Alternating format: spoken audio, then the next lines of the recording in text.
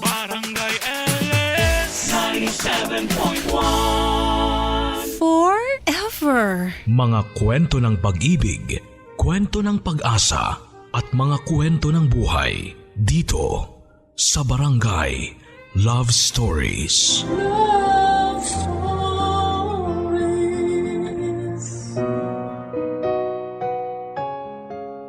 Sa buhay natin ay marami tayong nagagawang kamalian dahil hindi tayo pinanganak na perpekto. Kung minsan yung mga taong malalapit sa atin ang ginagawang instrumento para tayo magbago. Ikaw, naranasan mo na bang makarma at matuto mula rito? Kapag ang tao ay umiibig, pakiramdam niya ay nakalutang siya sa langit. Pero kapag nasaktan naman siya, daig pa niya ang bumubulusok pa ibaba sa lupa mula sa himpapawid. At kung hindi man ikamatay ng kanyang puso ang pagbagsak na yon, ang mga sugat namang dulot nito ay iindahin niya sa panghabang buhay. Ang storyang tampok natin para sa araw na ito ay galing sa ating letter sender na si Alexa, na buong pusong ibinahagi ang kanyang mga karanasan sa buhay at kung paano siya pinagbago ng mga ito. Handa ka na bang makarelate sa kanya? Alamin natin yan sa mga kwento ng pag-ibig, buhay at pag-asa dito sa nangungunang Barangay Love Stories. Dear Papa Dudut, akala ko sa teleserye lang pwedeng mangyari ang mga nangyayari sa buhay ko. Pero maling-mali pala ako. Ni sa panaginip ay hindi ko inakala na posible kong pagdaanan ng ganung uri ng sakit na halos dumurog sa aking pagkatao at magpaguho sa aking mundo. At kahit ilang taon na ang nagdaan ay sariwa pa rin ito sa aking alaala. Itago niyo na lamang po ako sa pangalang Alexa. 35 years old at tubong Carmen sa Davao del Norte. Pero 10 taon nang nakakalipas nang lumuwas ako dito sa Maynila. Ang totoo niya na hindi pa gaanong nagtatagal simula ng kawilihan kong pakinggan ng inyong programa. Pero walang araw simula noon na hindi ako nangarap na makapagpadala sa inyo ng sulat upang ibahagi ang kwento ng buhay ko. Ngunit bago ang lahat ay humihingi ako ng pangunawa sa ating mga kabarangay para sa ilang bahagi ng aking storya na merong sensitibong tagpo. Papadudot, noong nasa Davao pa ako, nagtatrabaho ako bilang supervisor doon sa isang malaki at pribadong kumpanya. Yun ang first job ko simula nang makapagtapos ako sa kolehiyo bilang cum laude. Nang matanggap at makapasa ako sa naturang kumpanya, hindi na ako dumaan sa pagiging rank and file dahil for training na agad ako sa mataas na posisyon. Hindi na bago sa akin yon dahil noong nag-aaral pa lamang naman ako ay consistent awardee at palagi na akong top student ng klase namin. Bukod sa pagiging matalino ay may pagmamalaki ko rin ang taglay kong pisikal na kagandahan. Kaya naman malakas talagang kumpiyansa ko sa sarili ko simula pa noong college pa lamang ako. Madami na akong naging manliligaw, pero ni isa sa kanila ay wala akong sinagot dahil ayoko ng commitment. Mabilis kasi ako magsawa at aaminin kong hindi ko kailangan ng mga lalaking magsasabi sa akin ng dapat at hindi ko dapat na gawin. Nang magtrabaho naman ako ay puro fling at hook up lang ang naging relasyon ko sa iba't ibang lalaki.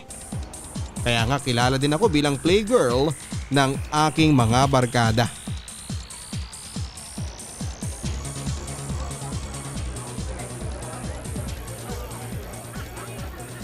Mabuti naman nakipagkita ka na sa akin, no? Alam mo namang ikaw lang ang best friend ko tapos palagi ka pang busy these past few days. Sorry naman. Pero tama ka, busy nga ako masyado kaya naisip kong kailangan ko rin namang lumabas-labas. Kailan nga ba yung huling beses na nag-bar tayo? Sandali, meron pa ba tayong ibang kaibigan na darating? Wala na. Niyaya ko sila pero may mga kanya-kanyang commitment sa mga jowa. Kaya ayoko ng ganong klaseng relasyon eh. Merong nagdidikta sa iyo sa mga gagawin mo? Sus, matagal ka na naman ng ganyan. Mas magugulat ako kung medyo lumihis ng konti ang filosofiya mo sa buhay tungkol sa pakikipagrelasyon. Aba, paano naman mangyayari yun? Pag nangyari yun, siguradong magiging napaka-boring ng buhay ko. Biruin mo, iisang tao lang ang palagi kong sasamahan o kakausapin tungkol sa mga bagay-bagay. Hindi ko alam kung handa na ba ako sa ganong relasyon kasi sa ngayon, nag-e-enjoy pa ako sa mga panandalian lang. Yun bang kapag napagsawaan ko na, pwede ko nang iwanan? Yun bang relasyon na walang halong feelings at commitment? Happy-happy lang. Ibang klase ka din talaga, no? Ewan ko ba paano kita naging best friend?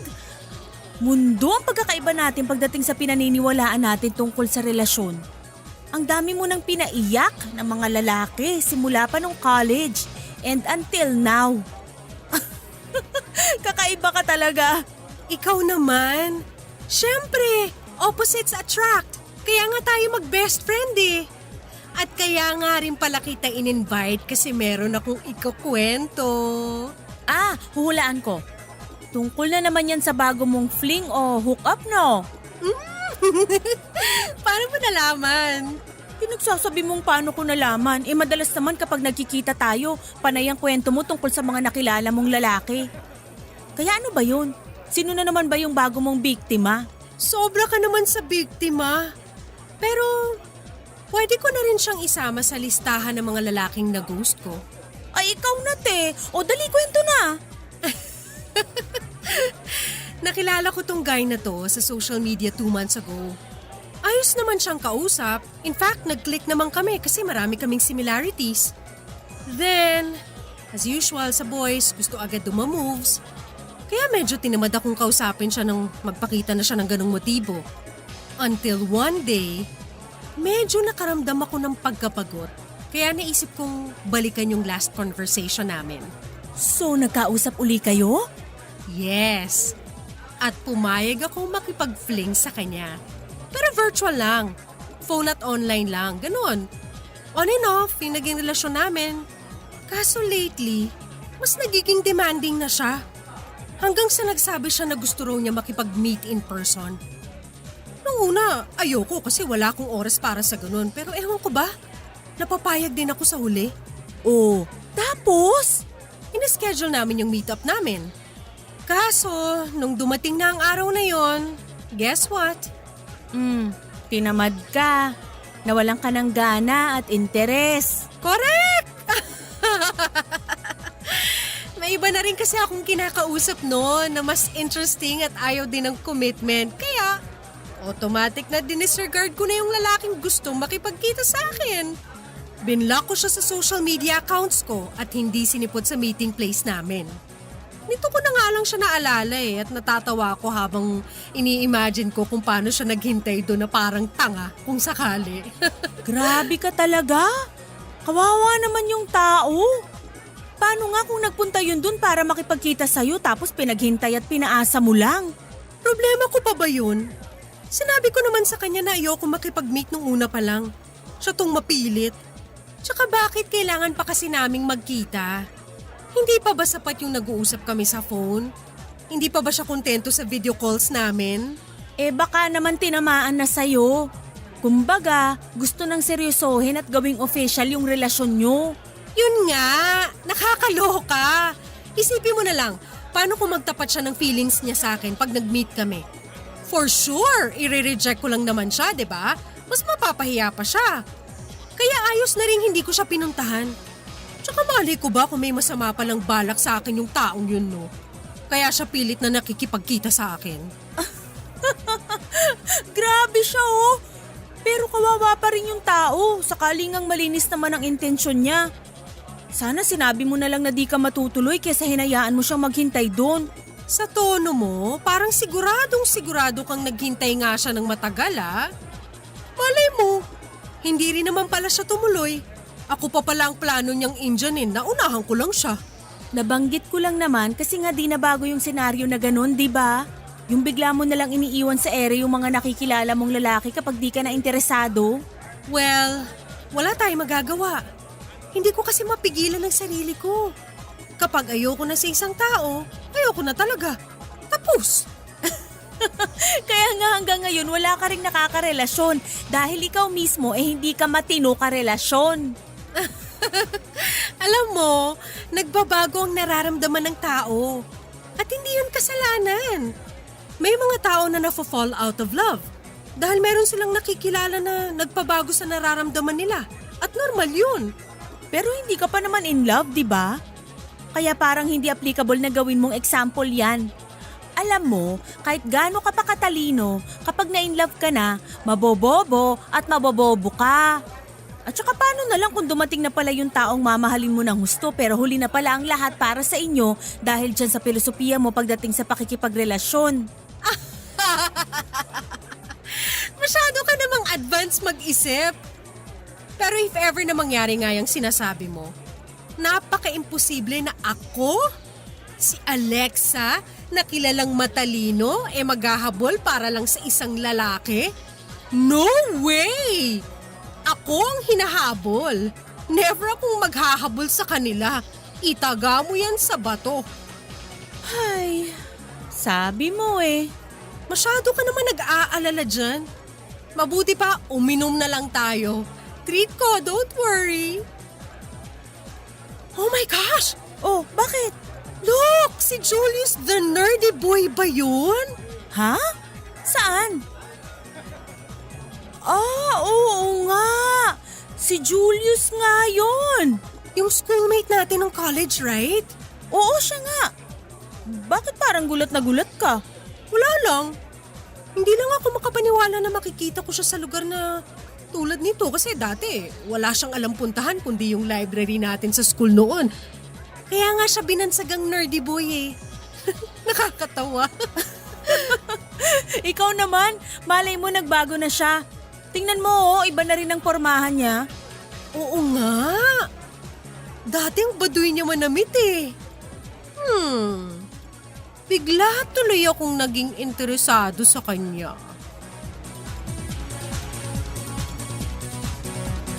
Papadudot tulad nga ng sinabi ko.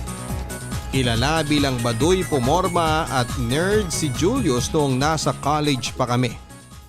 Matalino naman siya katulad ko din na palaging nangunguna sa klase nila pero kabaligtaran ko naman siya dahil sobrang seryoso niya sa buhay.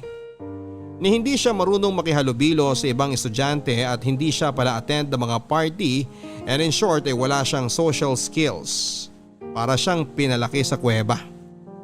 Ang huling beses na nakita ko siya ay noong matapos ang graduation ceremony namin. Wala na akong masyadong alam o narinig tungkol sa kanya simula noon dahil tulad ng palagi kong sinasabi. Hindi ako interesado sa mga boring na tao.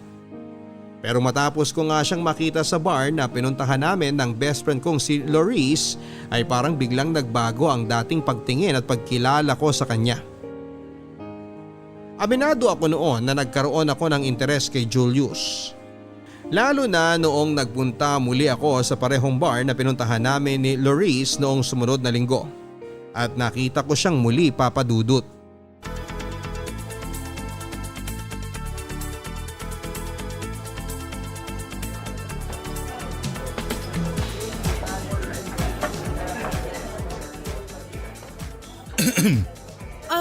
Hey! Hello, here. Binila kita ng drinks. I hope you like it. Thank you. Nag-abala ka pa. No big deal. I'm Julius. At ikaw naman si Alexa, right? Yeah?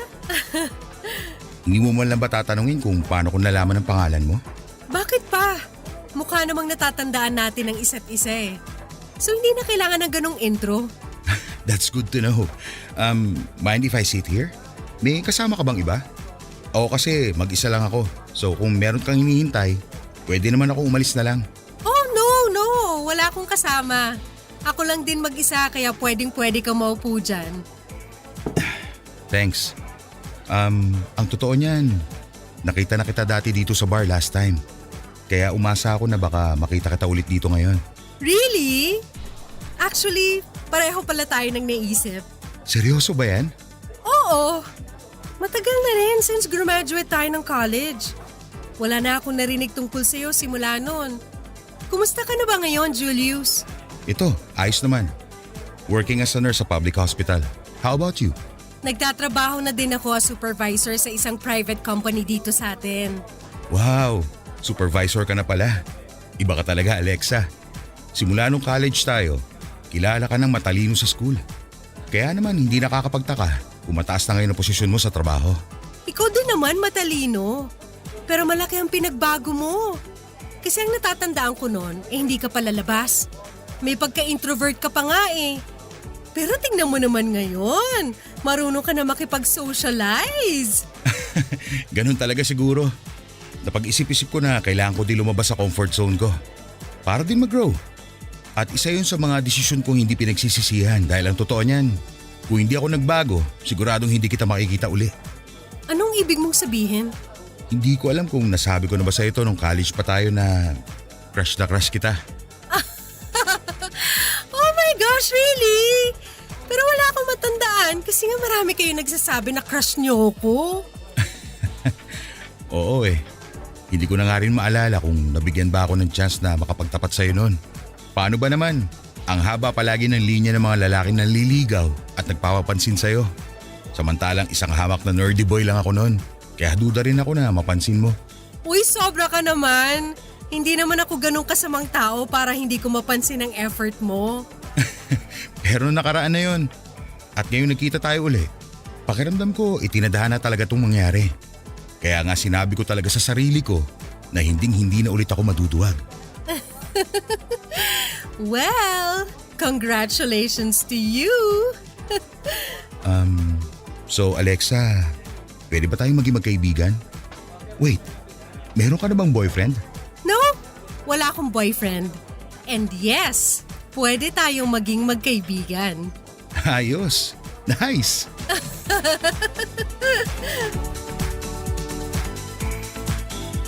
Papadudot na puno nga ng kwentuhan at maraming tawanan ng pagkikita naming yon ni Julius. At masasabi kong nag-enjoy talaga akong kasama siya. Na hindi ko na nga namalayan kung anong oras ba kami naghiwalay at bago umuwi ay nagsuggest siya na ihatid ako sa aking apartment. Bagay na hindi ko naman tinanggihan dahil ng araw na yon ay hindi ko dala ang kotse ko.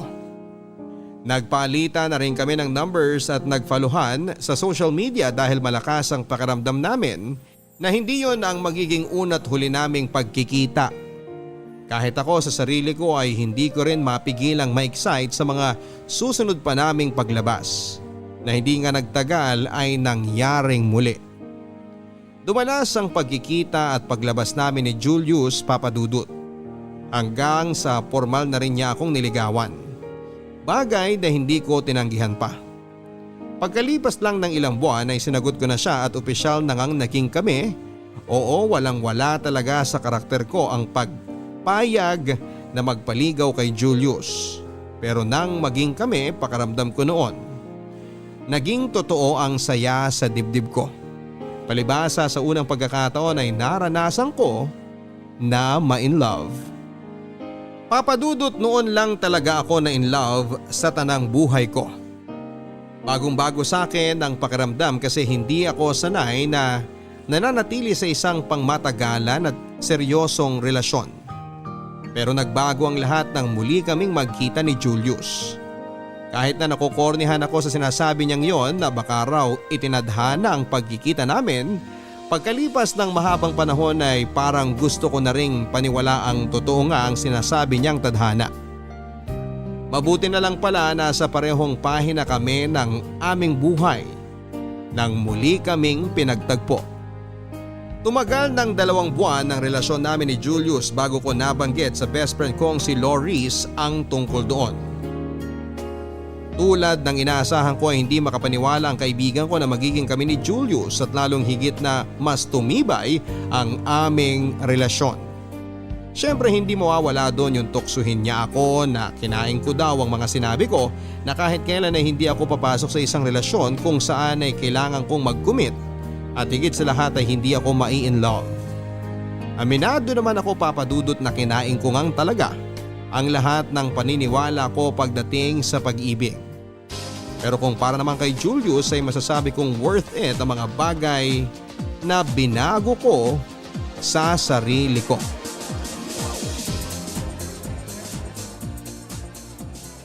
Mabuti naman nakipagkita ka na sa akin. Malapit na talaga ako magtampo sa'yo eh. Hala, bakit naman? Eh paano, nauubos na masyado ang panahon mo sa Julius na yan? Di mo na ako masyadong pinapansin o nire-replyan sa mga chat and text ko sa'yo. Kailan mo ba kasi planong hiwalayan si Julius ha? It's been 2 months. Usually araw o linggo lang ang tinatagal ng mga nakakarelasyon mo eh. Ewan ko ba? Pero parang hindi ko kayang hiwalayan si Julius. Tulad ng ginagawa ko sa mga nakaka-fling ko lang. Kasi parang lalo akong nahuhulog sa kanya. Alam mo yun? So in love ka na nga. Siguro nga, kahit ako mismo nagugulat sa sarili ko kasi hindi ko akalaing may in love ako ng ganun kabilis kay Julius. Nakakatawa man pakinggan pero totoo. Halata naman eh. Pero di naman sa sinisira akong kaligayahan mo ha. Kaya lang, di ka ba natatakot? Natatakot saan? Na kapag hinayaan mo pa ang sarili mo na mahulog kay Julius, baka sa huli, magsisi ka. Magsisi ako? Anong ibig mong sabihin? Lasing ka na yata eh. Sira. Pero seryoso, concerned lang naman ako sa'yo bilang best friend mo. Ayoko namang matulad ka sa akin, nakaka-break lang sa boyfriend ko dahil nag-cheat sa akin yung gago. Hindi naman siguro gagawin ni Julius sa akin yun, no? Kasi pareho namin gusto talaga ang isa't isa. Ayoko lang dumating yung punto na masyado kang mabulag sa sinasabi mong pag-ibig para kay Julius at di mo na makita ang totoo. Ikaw din, baka di mo kayanin yung sakit. Ikaw naman? Masyado ka namang nega dyan. Ako, iiwan ni Julius? Aba, imposible mangyari yun, no? Tsaka kilala ko si Julius. Hindi niya ako lolokohin.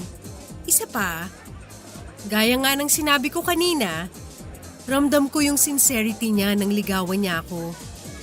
Oo, medyo hindi pa nga kami nagtatagal simula nung maging kami pero sapat ng dahilan yon para masiguro ko sa'yo na safe ako kay Julius. At kung iniisip mo na baka ako naman ang magloko, huwag ka mag-alala dahil nagbago na ako simula nung makilala ko siya. Kahit na sinabi ko no na nakakabagot magstay sa isang relasyon na tulad ng sa amin ni Julius, pues, isa lang din ang masasabi ko ngayon. Ang sarap pala sa feeling ng in love. Yung bang may isang tao na nakakaunawa sa'yo, na nandyan parati sa tabi mo para pagandahin at pagaanin yung bawat sandali. Lahat ng yun na kay Julius na at wala na akong hahanapin pa. Sa bagay, totoo naman ang mga sinabi mo. Ibang-iba si Julius sa mga lalaki na kilala ko. Malakas ang pakiramdam ko na siya na yung binigay para sa akin eh. Nakakatawa talaga dahil akala ko sa mga teleserye ko lang napapanood yung ganito na may pinagtagpo at itinadhana. Meron din pala sa tunay na buhay. At nangyari yun sa aming dalawa ni Julius. Alam kong tungkol dapat sa kaibigan kong si Loris ang dahilan kung bakit kami nagkita ng gabing yon, Papa Dudut. Pero hindi ko napigilang ibida ang sarili kong kaligayahan sa kanya ng mga sandaling yon. Alam ko na bilang kaibigan ay dapat ay kino-comfort ko ang kaibigan ko sa breakup nila ng manloloko niyang boyfriend, kaya lang ay hindi yon ang nangyari. Magpapaalam na lang kami sa isa't isa para umuwi pero hindi pa rin ako matigil-tigil sa pagkukwento ng mga bagay tungkol sa akin at sa amin ni Julius. Kung gaano ako kasaya at gaano kasarap sa pakiramdam na ma-in love sa unang pagkakataon. At kung ano-ano pang may kinalaman sa mga bagay na yon. Sa katunayan ay hindi ko na nga matandaan kung paano kami naghiwalay ni Loris ng gabing yon. Basta ang alam ko, abala akong katext si Julius. Pero masisisi niyo ba ako kung ganon yung nararamdaman ko ng panahon na yon? Palibasa, noon lang ako nagkaroon ng permanenteng relasyon, noon lang ako nagseryoso sa isang tao. Kahit kailan ay hindi sumagi sa isipan ko na posibleng masira ang matibay na pundasyon ng aming relasyon ni Julius, Papa Dudut. na kahit kailan ay hindi niya ako pagtataksilan tulad ng ginawa ng boyfriend ni Loris sa kanya. Malaki ang tiwala ko na magtutuloy-tuloy ang aming masayang pagsasama ni Julius bilang magkasintahan. Kaya hindi na rin ako nagdalawang isip na ibigay at ipagkatiwala sa kanya ang sarili ko. Hanggang sa nagbunga nga ang aming pagmamahalan. Pero ni sa panaginip ay hindi ko naisip na isa palang bangungot para kay Julius ang aking pagbubuntis.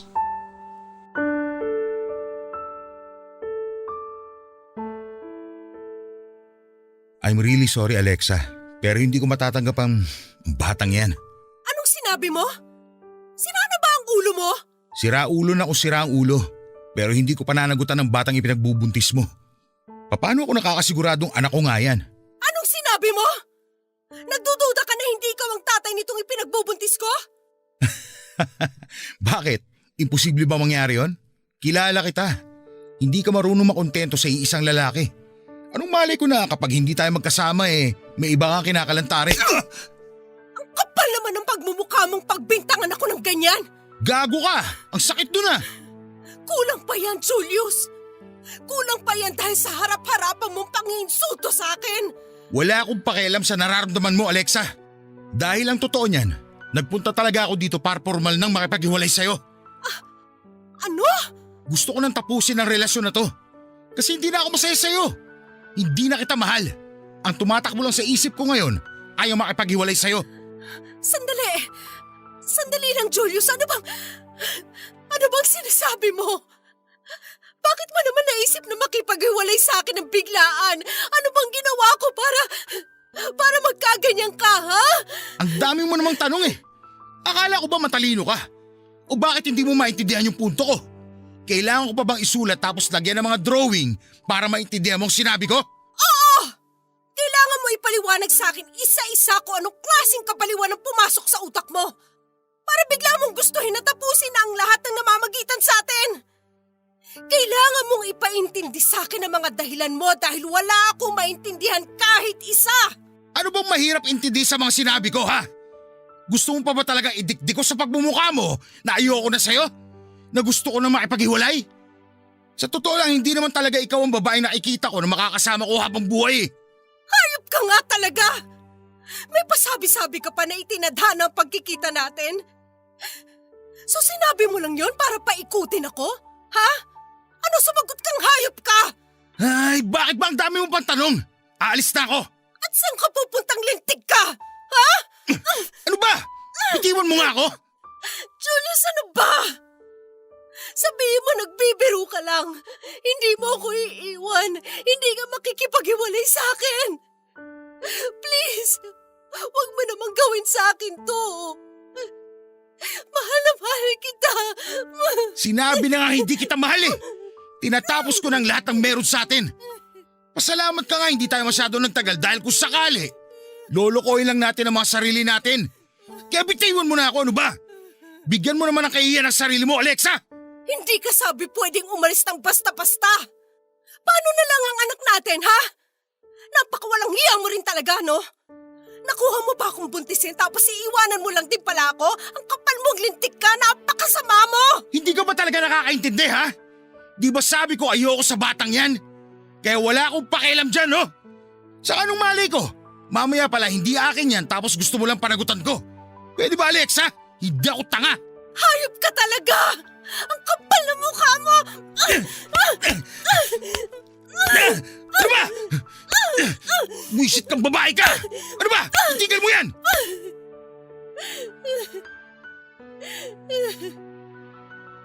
Ganun mo na lang ba kadaling ibasura ang lahat sa atin? Ano nang gagawin ko sa anak natin kung aalis ka, Julius? Sabihin mo, ano? Aba, malay ko sa'yo! Katawan mo yan!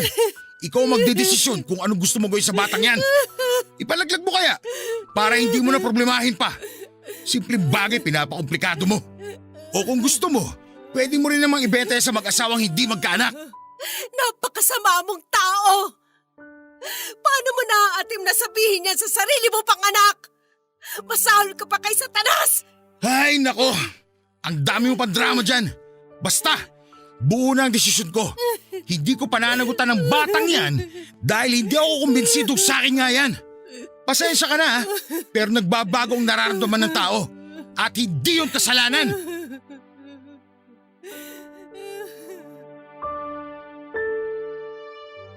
Hindi ako maniniwala nang basta na lamang nagising si Julio sa isang araw na hindi na niya ako mahal, Papa Dudut. Nawala na siyang nararamdaman sa akin na basta na lang siya nakapag-decide na gusto na niyang makipaghiwalay at iwanan akong mag-isa matapos kong sabihin sa kanyang ipinagbubuntis ko ang anak namin. Sa totoo lang, kaya kong palagpasin ang harap-harapan niyang pangiinsulto sa akin. Pero ang tanggapin na gano'n na lang niya kadaling itapon na parang basura ang aming relasyon ay kahit kailan ay hindi magiging madali, Papa Dudut. Nang sandaling yon akala ko ako na ang magiging pinakamasayang babae sa balat ng lupa, pero daig ko pa ang binuhusan ng malamig na tubig dahilan para ako magising sa masalimuot na realidad. Hindi na akong mahal ng lalaking mahal ko. Doon ko biglang naalala ang minsan naming napag-usapan ng best friend kong si Loris tungkol sa posibilidad na saktan ako ni Julius. At ayoko mang isipin na baka merong ibang tao o babae na sangkot sa biglaan niyang panlalamig sa akin at planong pakikipaghiwalay. Ay hindi ko pa rin napigilan ang isipan ko na magduda, Papa Dudut. Kaya naman upang makumpirma ang aking hinala, noong umalis si Julius sa apartment ko ay palihim ko siyang sinundan ng gabing yon. Para bang nakutuban ako na hindi pa siya dederecho na umuwi sa bahay nila. Alam kong parang tanga ang ginawa kong yon, pero hindi na ako nakapag-isip. Para ako na blackout noon, Papa Dudut. Nagpadala na ako sa bigat ng nararamdaman ko ng mga oras na yon. Tama nga ako na hindi pa planong umuwi ni Julius. Nakita ko siyang umupo sa smoking area sa labas ng bar kung saan kami unang nag-usap noon. Parang may hinihintay siya. At pagbaba ko ng sasakyan ay kitang-kita ng dalawang mata ko kung paano siya nakipaglandian habang hinahalik-halikan sa pisngi ang babaeng lumapit sa kanya. Ang bago niyang babae ay walang iba kundi ang best friend ko na si Loris, Papa Dudut. Sinong mag-aakala nang walang hiya ko palang best friend ang aaha sa aking boyfriend? Nakakatawa dahil ni sa hinagap ay hindi ko naisip na posibleng mangyari sa akin ang mga eksena sa teleserye na madalas ay napapanood ko lamang. Daig ko pang sinaksak ng patalikod ng 1,000 beses, Papa Dudut. Nang makita kong parang linta na nakalingkis si Loris kay Julius, ay hindi ko na napigilan ng galit sa aking puso. Nang sandaling yon ay parang gusto kong pagpira-pirasuhin ng buhay ang traidor kong best friend. Naisip kong paano naaatim ni Loris na makipag-sweet-sweetan kay Julius samantalang alam na alam naman niyang may relasyon kami ng lalaking nilalandi niya. Tandang-tanda ko pa kung paano ko yon ipinamumukha sa kanya. Kaya wala siyang dahilan para aksidenteng agawin ng boyfriend ko sa akin. Magkahalong sama ng loob at galit ang nangingibabaw sa akin ng mga sandaling yon, Papa Dudut. Kaya naman hindi ko na hinayaang maglandian pa sina Julius at Loris. Lalo lang nagdidilim ang paningin ko kaya hindi ko na napigilan ang sarili ko na gumawa ng eksena at sugurin silang dalawa.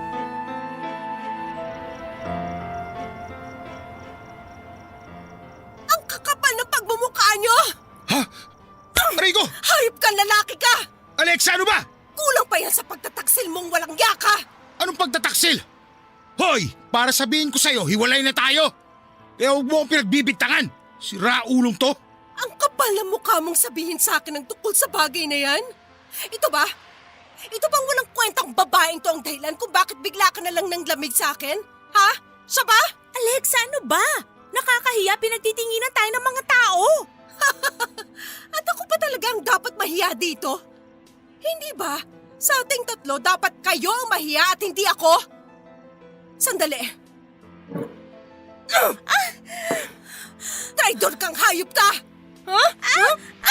Aray! Ano ba, Alexa? Nasasaktan Ano ba? Tumigil na kayo! Let's ka, Alexa! Lumayo ka na! Nasisiraan ka na talaga ng ulo, Alexa!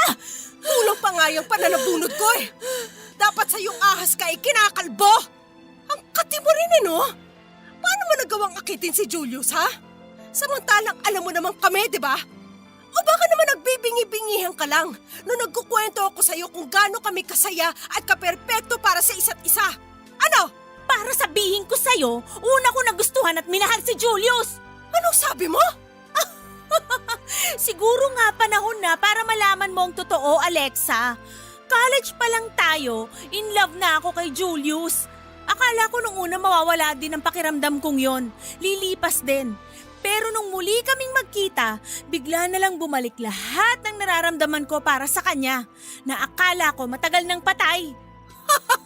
Kaya ba nang malaman mong naging kami ni Julius nainggit ka? Nagkataon namang nagkalabuan kayo ng ex-boyfriend mo kaya mo nilandi ang boyfriend ko? Aba, magaling ka rin talagang ahas ka, no? Paano mo nagawang traidorin ng best friend mong hayop ka? Para sabihin ko sa'yo, unang naging akin si Julius. Tsaka noon pa man, wala ka nang pakialam sa kanya, di ba? Bigla ka na lang nagka-interest dahil hindi na siya katulad ng dati. Akala mo ba hindi ko alam na isang araw itatapon mo rin siya na parang basura kapag nagsawa ka na? At para sabihin ko sa'yo, matagal nang tapos ang pagkakaibigan natin. Hindi ko nga alam sa sarili ko kung bakit pa kita sinasamahan samantalang wala naman akong napapala sa'yo eh. Napaka makasarili mo, Alexa. Wala kang bukang bibig kundi kung gaano ka kagaling at katalino sa lahat ng bagay. Puro na lang ikaw, ikaw, ikaw. Paano naman ako? Si Julius na lang ang meron ako, hayop ka. Pati ba naman siya kinuha mo pa? Aba, kasalanan ko ba kung sa ating dalawa mas nakakalamang ako? Ako ang pinakamaganda, matalino at sikat sa mga lalaki? At ikaw, palaging huli. Hindi magaling sa mga bagay-bagay at higit sa lahat, pangit!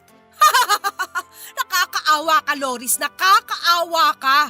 Kahit anong sabihin mo, ikaw pa rin ang iniwan sa atin. Ikaw ang mas kawawa. Dahil ahas ka! Mga agaw! Traidor! Malandi! Higad! Pwede ba, Alexa, tumigil ka na? Walang inagaw si Loris sa'yo. Ako ang kusang pumili sa kanya dahil noon pa man siya na gusto ko at hindi ikaw. Anong sinabi mong demonyo ka? Gawa-gawa ko lang naman kung ano mga sinabi ko sa'yo nung magkita tayo eh. Na mahal kita, gusto kita, at itinadhana ang pagkikita natin. Ang totoo niyan, diring-diri ako sa'yo at ayoko mapalapit sa'yo, Alexa. Pero lahat ng yun, tiniis ko para sa kuya ko. Kuya mo? Natatandaan mo ba yung lalaking nakilala mo noon sa social media? Yung nakafling mo? Kuya ko yon, Alexa. Nag-iisang kapatid. Pero salamat sa'yo dahil patay na siya ngayon. Simula nung paasahin mo siya at hindi si puti sa lugar na pinagkasunduan nyo, nasaktan siya ng husto. Simula nung maglaho ka na lang na parang bula sa buhay niya, matapos ang lahat-lahat, nawala na siya ng gana magpatuloy pa. Isang araw, nagsimula na siyang hindi kumain. Nasundan pa yun ng nasundan hanggang sa tuluyan na siya ng hina.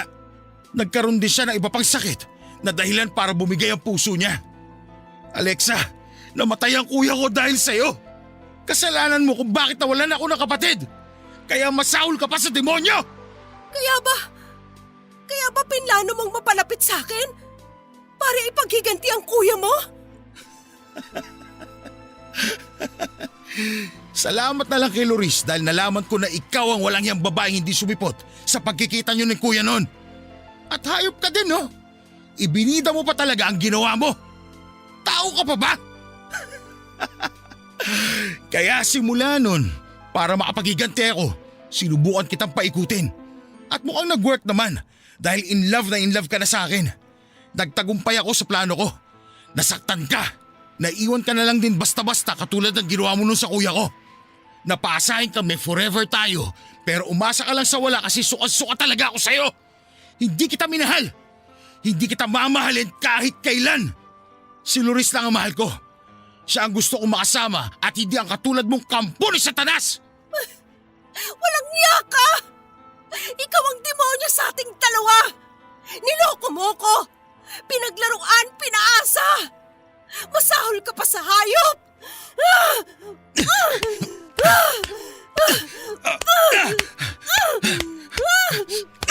Ano ba? Tigilan mo sa amin pananakit sa akin, balo ka!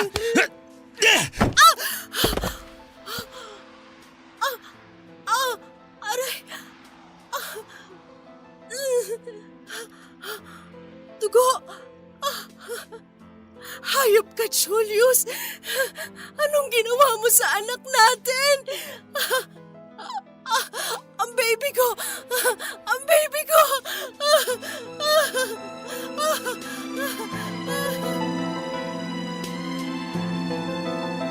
Matapos akong itulak ni Julius, nakita ko na lang na ang dami ng dugo sa hita ko. Doon ako nakaramdam ng pagkataranta at labis na takot. Hindi para sa sarili kong kaligtasan kundi sa buhay ng 2 linggo ko pa lamang na baby. Tandang-tanda ko pa kung paano nagkaroon ng komosyon sa naturang bar kung saan kami gumawa ng eksena. At bago ako tuluyang mawala ng ulirat, ang huli kong natatandaan ay ang paparating na ambulansya. Nang magbalik ang malay tao ko ay nasa ospital na ako, Papa Dudut. Pero doon ko na rin nalaman ang masamang balita. Wala na ang baby ko. Patay na siya. Nang sandaling yon ay hindi ko na napigilang humagulhol. Gusto kong magwala dahil sa labis na sakit at kabiguan na naramdaman ko sa aking dibdib. Pero hinang-hina ako ng mga oras na yon. Ang kaawa-awa kong anak na wala na lang siya nang hindi man lang nasisilayan ng mundo. At ang mas lalo pang naging malaking dago kay ang katotohanan na ang may kagagawan kung bakit wala na siya ay ang sarili pa niyang ama, si Julius. Tumagal ako ng 1 buwan sa ospital dahil hindi kaagad nanumbalik ang lakas ko. Parang gusto ko na rin kasing mawala na lamang at sundan ang anak ko sa kabilang buhay. Mabuti na lamang dahil inalalayan ako ng aking pamilya. Dahil doon kahit papaano ay mas pinili ko pa rin mabuhay. Mag-isa lang ako ng araw na ma-discharge na ako sa ospital. Palibasa hindi rin naman ako sanay na nakadepende sa ibang tao. Maging malapit ko man silang pamilya o kaibigan. Ang sabi ko sa mami ko ay hintay na lang ako sa bahay dahil kaya ko naman ang sarili ko. Nakisuyo na rin ako kay mami na dalhin ang sasakyan ko sa ospital at ipark sa basement parking at babayaran ko na lang ang parking fee kung magkano man ang aabutin paglabas ko. 1 araw bago ako ma-discharge. Iniwan sa akin ni mami ang susi ng sasakyan ko. Nang araw na pwede na akong umuwi nang makarating na ako sa parking lot ng ospital. Sakto namang nakita kong papalabas ng kanilang kotse ang traidor kong best friend at ang manloloko kong ex-boyfriend. Papadudot muling nanumbalik ang matinding galit at poot sa aking dibdib.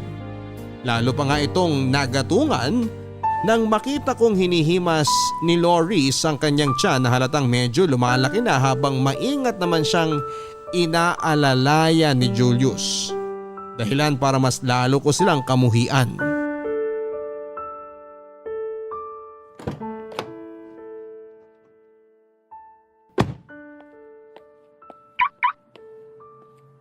Wow naman! Wow talaga! Alexa, anong ginagawa mo dito? Nagulat ka ba, Loris? Bakit? Akala mo ba ikinamatay ko na yung pagkakalaglag ng anak ko? Pwes, para sabihin ko sa inyong dalawa, oo, kamuntik na. Pero tingnan niyo naman ako ngayon. Buhay na buhay. Malakas at masayang-masaya makita kayo na magiging isang buong pamilya. Pwede ba, Alexa? Ayaw namin ng gulo. Nagpunta lang kami dito para ipacheck up ang magiging baby namin.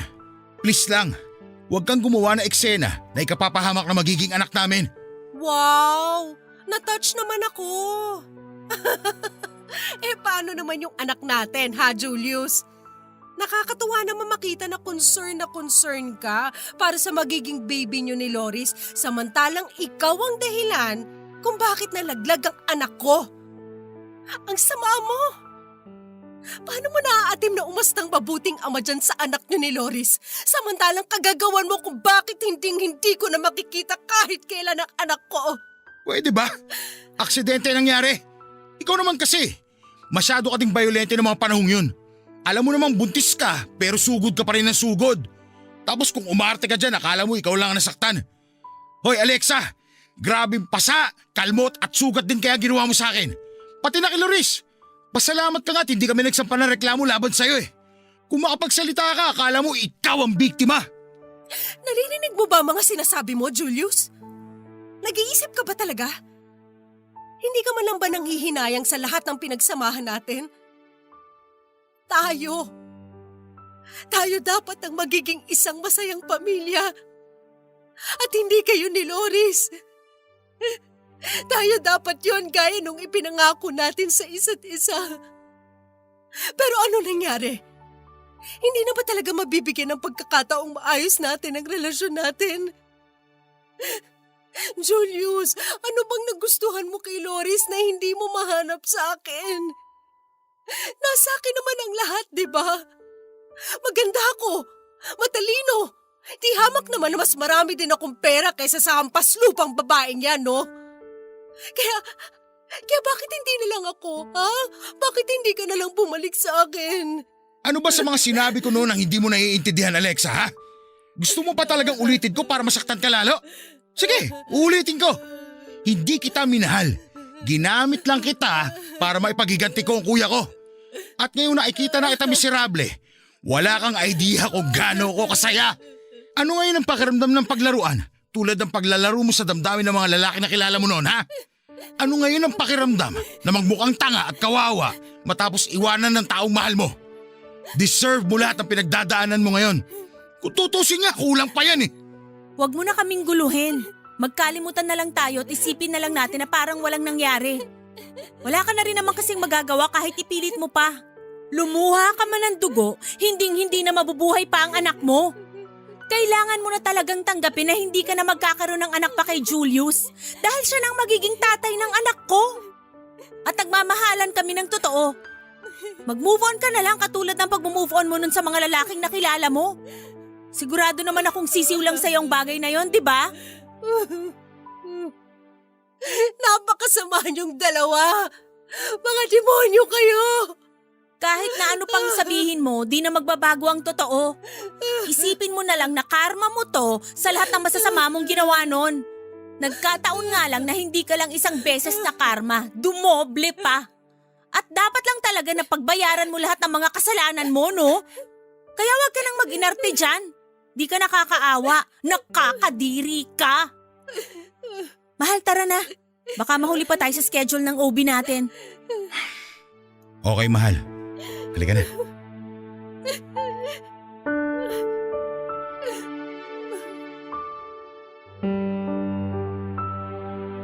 Luhaan akong iniwan ni na Julius at Loris ng sandaling yon, Papa Dudut. At dahil sa hindi ko maipaliwanag na sakit na aking nadarama, kaya napahagulhol ako sa loob ng sasakyan ko. Matapos nilang umalis. Mabuti na lang dahil nagawa ko pang tawagan ang aking mami para magpasundo. Hindi ko na rin naman kayang mapag-isa ng panahon na yon. Pagdating ko sa bahay ng mga magulang ko ay agad akong nagkulong sa kwarto. Umiyak lang ako ng umiyak noon habang pilit na binubura sa aking isipan ang mga eksena kung saan ay masayang masaya sina Julius at Loris kasama ang magiging anak nila. Papadudot, awang-awa ako sa sarili ko. Yung dati ako na malakas, matapang at matalino ay tila naglahong parang bula sa kalawakan at napalitan ng mahina at miserableng bersyon ko. Nang mga panahon na yon ay dumanas ako ng labis na depression. Una na doon ay dahil sa pagkawala ng aking baby. Ikalawa ay ang pagtataksil ni Julius at pagiging traidor ni Loris. At huli ay ang pagsasabwatan nilang dalawa para maghiganti sa akin. Pakiramdam ko ako na ang pinakawalang kwentang tao sa mundo, Papa Dudut. Dahil kung totoo man ang doble karmang sinasabi ni Loris ay parang sobra-sobra naman yatang sakit ang ganti sa akin ng tadhana. At dahil nga sa hustong kalungkutan, matinding kapighatian at pagiging kaawa-awa na aking naramdaman, kaya naman tinangka kong tapusin na lamang ang aking buhay. Papa Dudut, alam kong malaking kasalanan sa Diyos ang kitlin ko ang sarili kong buhay sa pamamagitan ng pag-inom ng gamot hanggang sa ako ay ma-overdose. Pero desperado na kasi ako. Sa dami ng trahedyang nangyari sa aking buhay ay hindi ko na alam kung paano gumising sa umaga ng masaya at masigla katulad ng dati. Gusto ko na lang matapos yung sakit kaya gusto ko na lang din na mawala. Pero sa kabila ng lahat ay hindi pa rin ako pinababayaan ng Diyos. Nang mga sandaling yon, mabuti na lang dahil nakita ako ng mga magulang ko kaya naman naisugod nila ako sa pinakamalapit na ospital kung saan nananatili ako ng halos 3 linggo. Pinagalitan at pinagsabihan ako ng husto ni na mami at daddy tungkol sa ginawa ko sa aking sarili. At aaminin kong natauhan ako nang umiyak sa harapan ko ang mga magulang ko, Papa Dudut. Doon ko na-realize na hindi pala ako nag-iisa sa labang pinagdaraanan ko. Na merong mga taong nagmamahal sa akin at handang tumulong sa akin sa mga panahong pakiramdam ko ay mag-isa na lamang ako.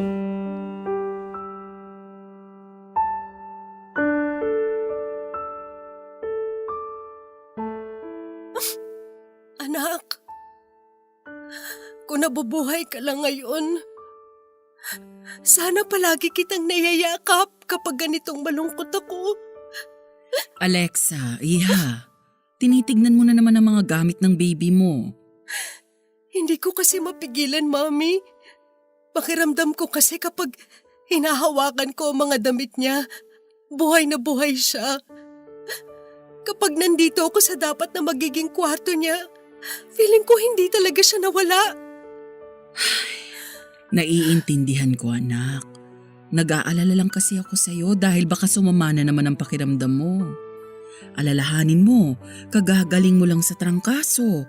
Baka mapinat ka.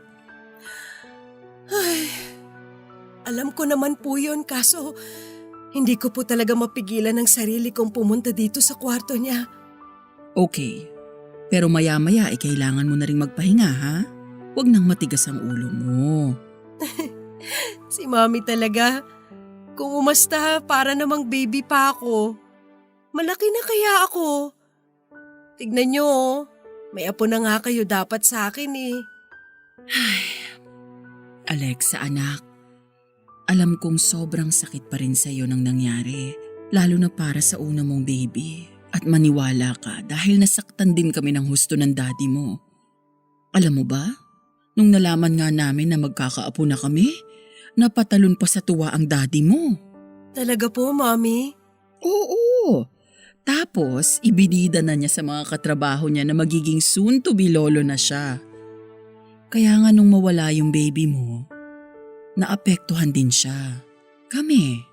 Pero anak, noong ikaw naman ang kamuntik nang mawala sa amin ng daddy mo, halos gumuho ang mundo namin. Alexa, alam namin na masakit at masalimuot ang mga pinagdadaanan mo. Pero nandito lang naman kami na mga magulang mo para samahan ka eh. Kapag nararamdaman mo na parang gusto mo nang ulit sumuko, katukin mo lang kami sa kwarto.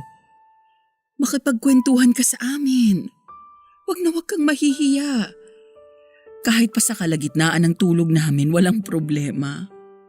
Kung malungkot ka o gusto mong may mapagsabihan ng problema mo, pwedeng-pwede mo kaming iyakan gaya nung bata ka pa sa tuwing may umaaway sa'yo. Nandito kami lagi para sa'yo, anak. Alam ko naman po yun, Mami eh. Kaya nga nagpapasalamat ako sa inyo ni Daddy dahil nasa tabi ko kayo. Kung wala kayo, baka wala na rin po ako. Mahal na mahal ka namin ng daddy mo. At hindi magbabago yun. Tandaan mo yan, anak. Kahit na pinalaki ka naming matapang, matalino at independent, palagi pa din kaming nandito ng daddy mo para sa'yo. Hanggat buhay kami, huwag kang magdadalawang isip na lumapit sa amin. Maraming salamat po sa lahat ng mga sinabi niyo sa akin, Mami. Ang totoo niyan, hindi ko po talaga alam ang gagawin sakaling wala kayo ni Daddy sa tabi ko. Hindi ko alam kung paano magpapatuloy at kung paano haharapin ang buhay. Maraming salamat po dahil hindi rin kayo nawala kahit napakiramdam ko mag-isa na lang ako. Aba, syempre naman no. Gusto pa namin ng daddy mo na makita at makasama ang mga magiging apo namin sa iyo pagdating ng araw.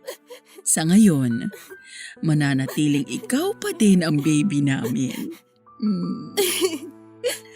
Puro ka talaga biro, Mommy. Sinabing malaki na ako hindi na ako bata. Basta kahit magkauban ka na, baby pa rin kita.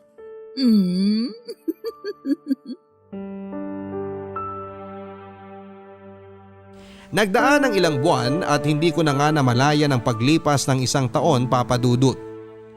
Ngunit masasabi ko namang bumuti ang kalagayan ng aking pisikal na pangangatawan kasabay ng aking mental health. Nakabalik na rin ako sa aking trabaho at doon na lang ako mas nagpakabisi para naman kahit papaano ay pansamantalang mawala sa aking isipan ang mga pinagdadaanan ko.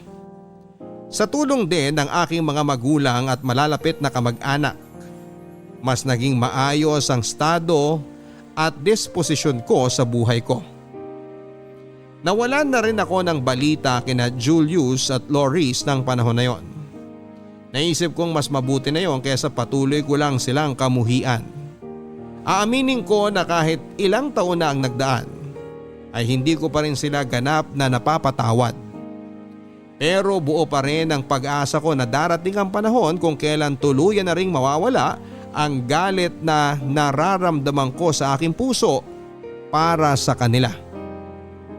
Pero iba rin maglaro ang kapalaran, Papa Dudut. Kung minsan hindi talaga pwedeng maging kampante dahil palaging nangyayari ang hindi inaasahan.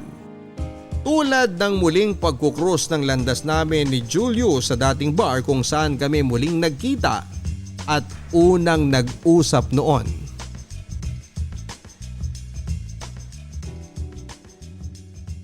Alexa, Di ba diring-diri ka sa akin? O bakit lumalapit ka sa akin ngayon? gusto lang kitang makausap. Alam mo, gusto kong matawa. Pero para saan pa? Natatandaan mo pa ba na sa lugar na to tayo nagkita ulit pagkatapos nating graduate? Tapos pagkalipas ng isang taon, nandito na naman tayong dalawa. Yung totoo, Julius, parte ba to ng may sadimonyo mong plano? At saka, nasaan ang traidor kong kaibigan? Baka naman mamaya bigla siyang lumitaw sa kung saan para sugurin ako o saktan, ha? Ngayon palang binabalaan ko na kayo. Ipapupulis ko kayo talaga. Alexa, please. Huwag ka mag-alala. Wala dito si Loris. Hindi ko siya kasama. Actually, matagal na kaming hindi nagsasama. At gusto mong paniwalaan ko mga sinabi mo? Pwede ba? Kayo pang dalawa ni Loris hindi magkasama? Pareho kayo mga tanga? Totoong sinabi ko. Hiwalay na kami. Halos 6 na buwan na rin. Wow naman! Bago sa pandinig ko yun, ha? Samantalang nung una halos kambal tuko kayong di mapaghiwalay. Tapos ngayon bigla mo na lang ibabalita sa akin ang tungkol sa bagay na yan? Bakit ano bang inaasahan mong marinig mula sa akin? Pues kung gusto mong malaman kung masaya ba ako dahil mukhang wala din kayong forever, sige, aaminin ko, masayang masaya ako. Sa sobrang saya ko, parang gusto kong ilibre ang lahat ng taong nasa bar na to. I'm really sorry sa mga kasalanang nagawa ko sa iyo noon at sa anak natin. Pwede ba? Kung kailan naman hindi ko na kailangan ng paghingi mo ng tawad, tsaka mo naman sasabihin yan? Ano ba to, lokohan? Pwede ba, Julius? Umalis ka na lang. Ayaw kitang kausap. Please, makinig ka muna sa akin Nagsisisi ako sa mga kasalanang ginawa ko sa iyo noon. Na-realize ko na maling-mali na sinaktan kita at pati na din ang baby natin. Siguro nga pinarusahan din kami ni Loris dahil sa mga hindi magandang ginawa namin sa iyo. Anong ibig mong sabihin? Masyadong biglaan ang mga pangyayari. Akala namin okay yung baby pero nagkaroon ng komplikasyon hanggang sa ipanganak siyang premature ni Loris. Hindi nga inabot ang 1 buong araw yung anak namin at kaagad din binawian ng buhay. Ang sakit-sakit palang mawala ng anak habang buhat-buhat mo to. Pagkatapos mawala ng anak namin, nagsimula na rin maging kakaibang asal ni Loris. Bakit ano nangyari? Naging baliw na siya, Alexa. Naging siraulo. Hindi na siya yung babae na gustuhan ko. Minsan nakikita ko na lang siya nakatulala at nakatingin sa malayo. O kaya nagsasalita ng mag-isa na akala mo may kausap. Naabutan ko pa nga siya na kinakantahan yung manika sa bahay na binili namin para sana sa magiging baby namin. Alexa, pinipilit niyang yun daw ang anak namin. Ano ba naman yun? Kung hindi ba naman siya isa't kalahating baliw, hindi ba? Ikumpara ba naman yung anak namin doon sa manika? Kaya yun, para matigil na siya sa kabaliwan niya, ipina-admit ko siya sa isang mental institution. Doon siya nararapat, kasama yung mga kapwa niyang sintu-sinto. Ano? Nagawa mo yun sa nanay ng anak mo? Tao ka pa ba? Bakit? Para naman sa kanya yung ginawa kong yun ah. At least hindi siya nag-iisa sa kabaliwan niya. Ang totoo niyan, Alexa, pagkatapos siyang mawala sa buhay ko, may isa pa akong na-realize. Na ikaw pala talaga ang mahal ko.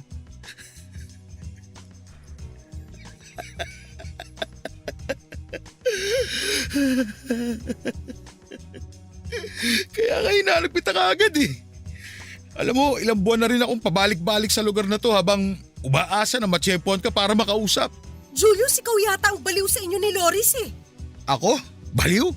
Siguro nga. Pero mas lalo lang ako mababaliw kung hindi ko may papaalam sa'yo ang nararamdaman ko. Magbalikan na tayo, Alexa. Ano? Magsama na tayo ulit. Tutal, wala na rin naman si Loris. Ibig sabihin, wala na magiging sagabal sa atin. Alam kong may nararamdaman ka pa sa akin. Mahal mo pa rin ako, hindi ba? Kahit na lumipas na ang mahabang panahon, nakakasiguro akong hindi mawawala yung pagmamahal mo sa akin. Kaya ano pang hinihintay mo, Alexa? Tuparin na natin yung naudlot nating pangarap. Tumigil ka, Julius! Ang kapal naman ng pagmumukha mong sabihin sa akin ng mga bagay na yan. Alam mo kung anong nararamdaman ko para sa'yo ngayon? Pandidiri, galit at matinding puot. Napakamakasarili mong tao. Wala kang kasing sama. Paano mo naatim na sabihin sa akin ng mga yan, ha? Alexa, hindi ka ba nakikinig sa akin? Alin ba sa mga sinabi ko hindi mo maintindihan? Mahal kita! Hindi na kita mahal. Sukang-suka ako sa'yo. Alexa! Huwag mo akong hawakan kundi ipapupulis kita. Sandali, wag mo akong talikuran. Kinakausap pa kita eh! Papadudot yun ang huling pagkikita namin ni Julius dahil nang sumunod na araw ay may nakarating sa aking balita na nasangkot daw ito sa paggamit ng ipinagbabawal na gamot. Dahilan para ito mahuli at makulong. Kaya naman pala nang muli ko siyang makita noon sa bar ay malaki ang ipinayat niya. Bukod doon ay tila naapektuhan na rin ng droga ang kanyang pag-iisip at pagsasalita. Samantalang si Loris naman ay halos ilang buwan na ring naka-admit sa isang mental institution ay biglang hindi na lang nagising isang araw. Ang sabi ng doktor ay inatake daw siya sa puso habang natutulog. Muling nanumbalik ang sakit at lungkot sa kalooban ko dahil sa biglang pangyayari. Nasangkot ang mga taong naging bahagi ng buhay ko, mabuti man o masama. Muling naapektuhan ang aking mental health kaya naman minabuti ng mga magulang ko na umalis kami sa Davao. Noon din ay lumuwas nga kami pa Maynila. Simula noon ay wala na akong narinig tungkol kay Julius. Mas pinili ko na lang din na kalimutan siya, Papa Dudut. At nangako ako sa sarili ko na mas magiging matatag sa panibagong buhay ko. Sa tulong ng Diyos at ng mga taong totoong nagmamahal sa akin, muli akong nakabangon, Papa Dudut. Nangako ako sa aking sarili na balang araw ay muli akong iibig sa sandaling makatagpo ako ng lalaking mas may malinis na intensyon at mabuting budhi na siyang makakasama ko habang buhay. At mulit-muli ay hindi naman ako binigo ng Diyos nang ibigay niya sa akin si Roger. Sa ngayon ay meron na kaming isang anak na lalaki at kasalukuyan ko namang ipinagbubuntis ang aming baby girl. Kahit na maraming pagsubok ang buhay, hindi ko kahit kailan naramdamang mag-isa kong hinaharap yon, Papa Dudut. Dahil hindi lang ang mga magulang ko ang akin naging sandalan, meron na rin ako ngayong mabuting asawa at mga anak. Sa huli ay natutunan ko na yung mga mahalagang bagay sa buhay tulad ng pag-ibig, kaligayahan at kapayapaan ay hindi basta-basta dumarating. Dahil ang mga yon ay unti-unti nating binubuo sa ating puso para maibahagi natin sa iba. Kaya nga importante na mabuti ang ating intensyon upang mabuti rin ang karmang bumalik sa atin. Alam kong medyo masalimuot ang mga pinagdaanan ko. Kaya naman para makabawas sa bigat na nararamdaman ko sa dibdib ay ibinahagi ko ang aking kwento. Maraming salamat po sa pagkakataong mabasa ninyo ang sulat ko, Papa Dudut, at sana ay merong na-inspire at may natutunan sa aking kwento, Papa Dudut. Ang inyong forever kapuso at kabarangay, Alexa. Ang pagiging mabait at mabuti ay magkaibang bagay. Ang mabait ay yung oo ka lang ng oo sa ibang tao dahil ayaw mong masaktan sila sakaling tanggihan mo ang gusto nila. Ang pagiging mabuti naman ay yung hindi ka agrabyado at wala kang inaagrabyado. Napakinggan natin ang storya ng letter sender natin na si Alexa na sa buhay mahalaga po ang magkaroon ng mabuting intensyon sa ating kapwa. Dahil ayon nga sa lumang kasabihan, kung ano ang ating itinanim, yun din ang ating aanihin. Kung gumawa tayo ng masama sa ating kapwa, masamang karma din ang babalik sa atin. At kung mabuti naman, umasa tayo sa mabuting karma. Pero sino ba naman sa atin ang hindi nahihirapang magpakabuti? Hindi ba? Bagay na pwede nating matutunan paunti-unti gaya ng pinatunayan sa atin ni Alexa. Kahit na masalimuot ang buhay, marami pa rin namang magagandang pangyayari. Kahit na malungkot, meron pa rin namang masaya. Habang buhay tayong magmahal, ang pagpapaalam naman ay gawin lang natin ang sandali. Hanggang sa muli mga kapuso, ako po si Papa Dudut sa mga kwento ng pag-ibig, buhay at pag-asa. Dito sa Barangay Love Stories number 1. Mga kwento ng pag-ibig, kwento ng pag-asa at mga kwento ng buhay dito sa Barangay Love Stories. Love Stories. Forever! Forever.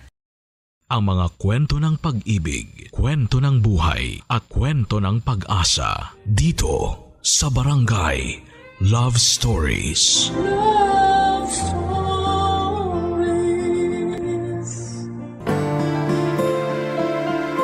May mga bagay na dapat pagdesisyonan ng talagang kailangang paulit-ulit na pinag-iisipan.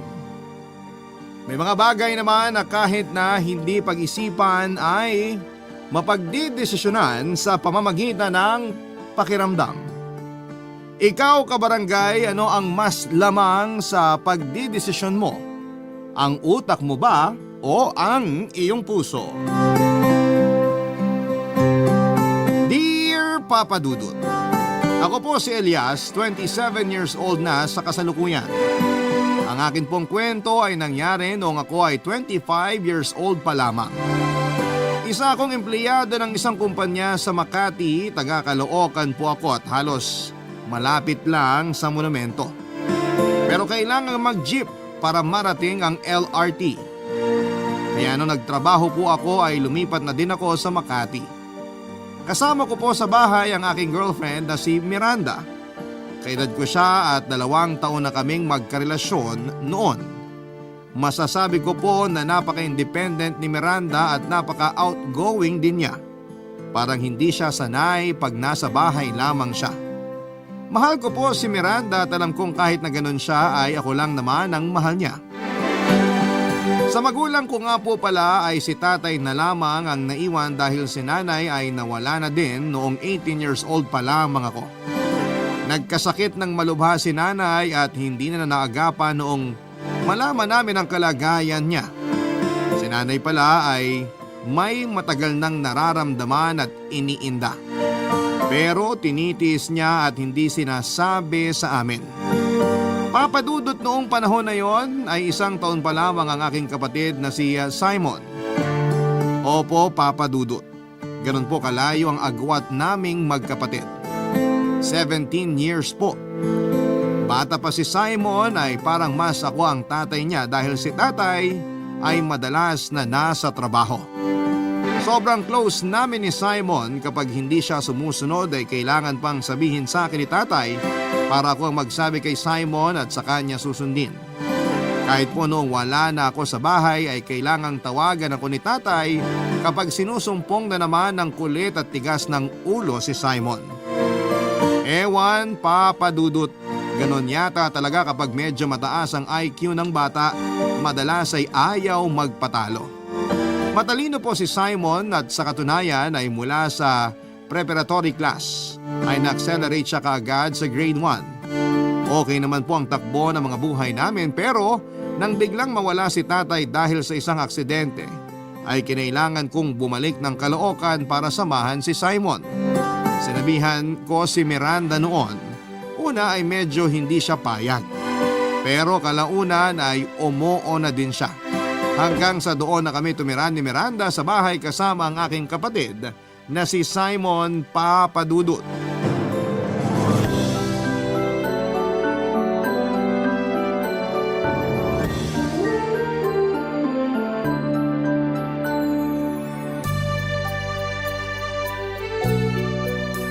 Kamusta ka, Simon?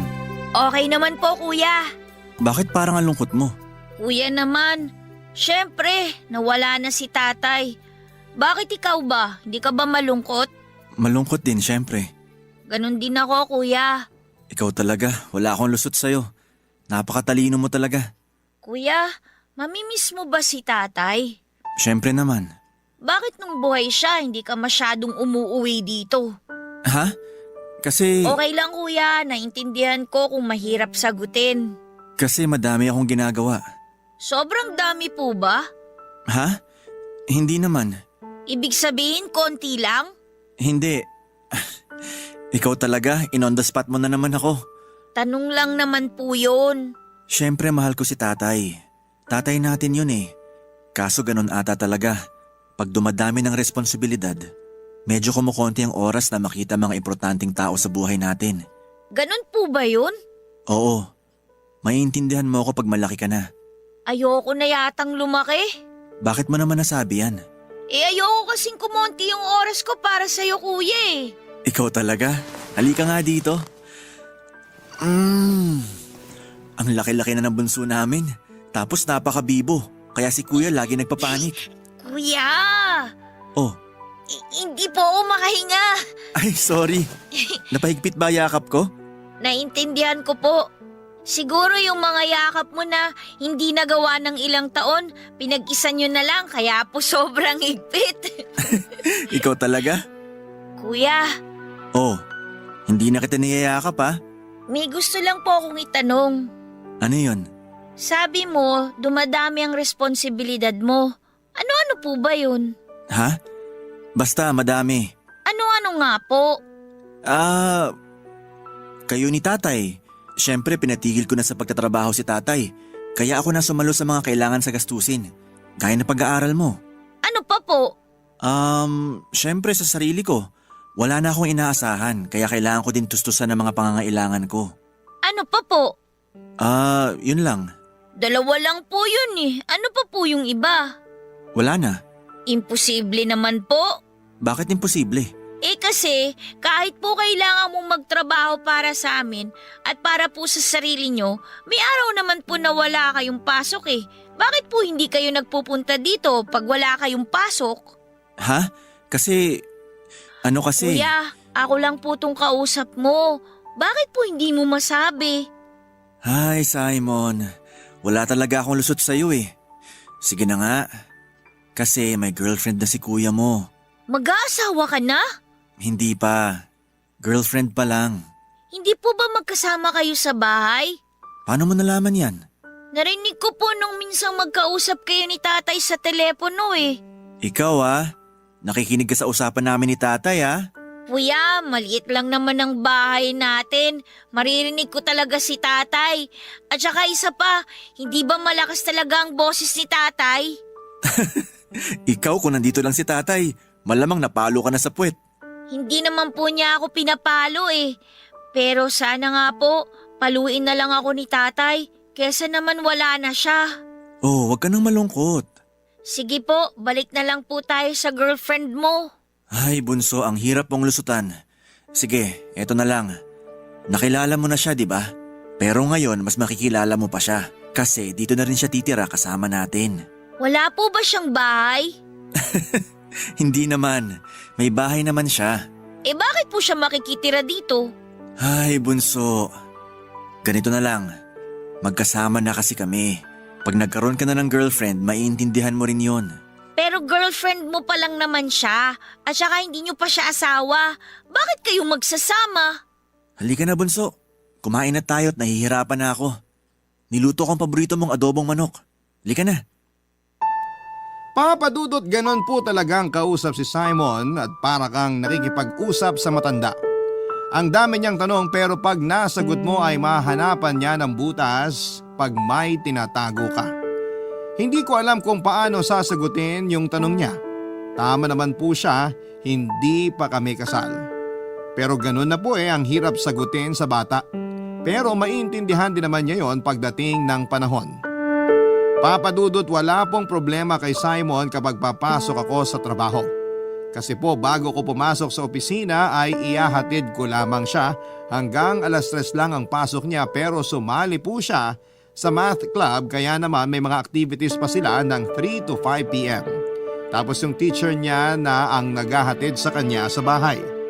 Lagi pong sinasabi yan ni tatay noong nabubuhay na ganon ang routine ni Simon. Kaya hindi na po ako nag-aalala kasi sa paghatid kay Simon sa bahay. Wala pang 1 oras ay nakakauwi na din kami. Sinabi ko pong kami kasi nga po ay may mga ilang araw lang ay sumunod na ang girlfriend ko na si Miranda sa bahay para doon na manirahan. Sa totoo lang, Papa Dudut ay ayaw niyang lumipat kasi sa totoo naman po ay may rason din naman. Kaya ako nangupahan sa Makati para hindi pagod sa biyahe kaya naiintindihan ko po siya doon. Pero ang pinakarason niya po talaga ay sa Makati sila nagkikita-kita ng mga kaibigan niya para gumimik. May hirapan na daw siyang magbiyahe, Papa Dudut. Madali lang naman ang biyahe, 1 jeep palabas ng LRT tapos pagbaba ng LRT Buendia 1 jeep na lamang din papunta sa opisina niya.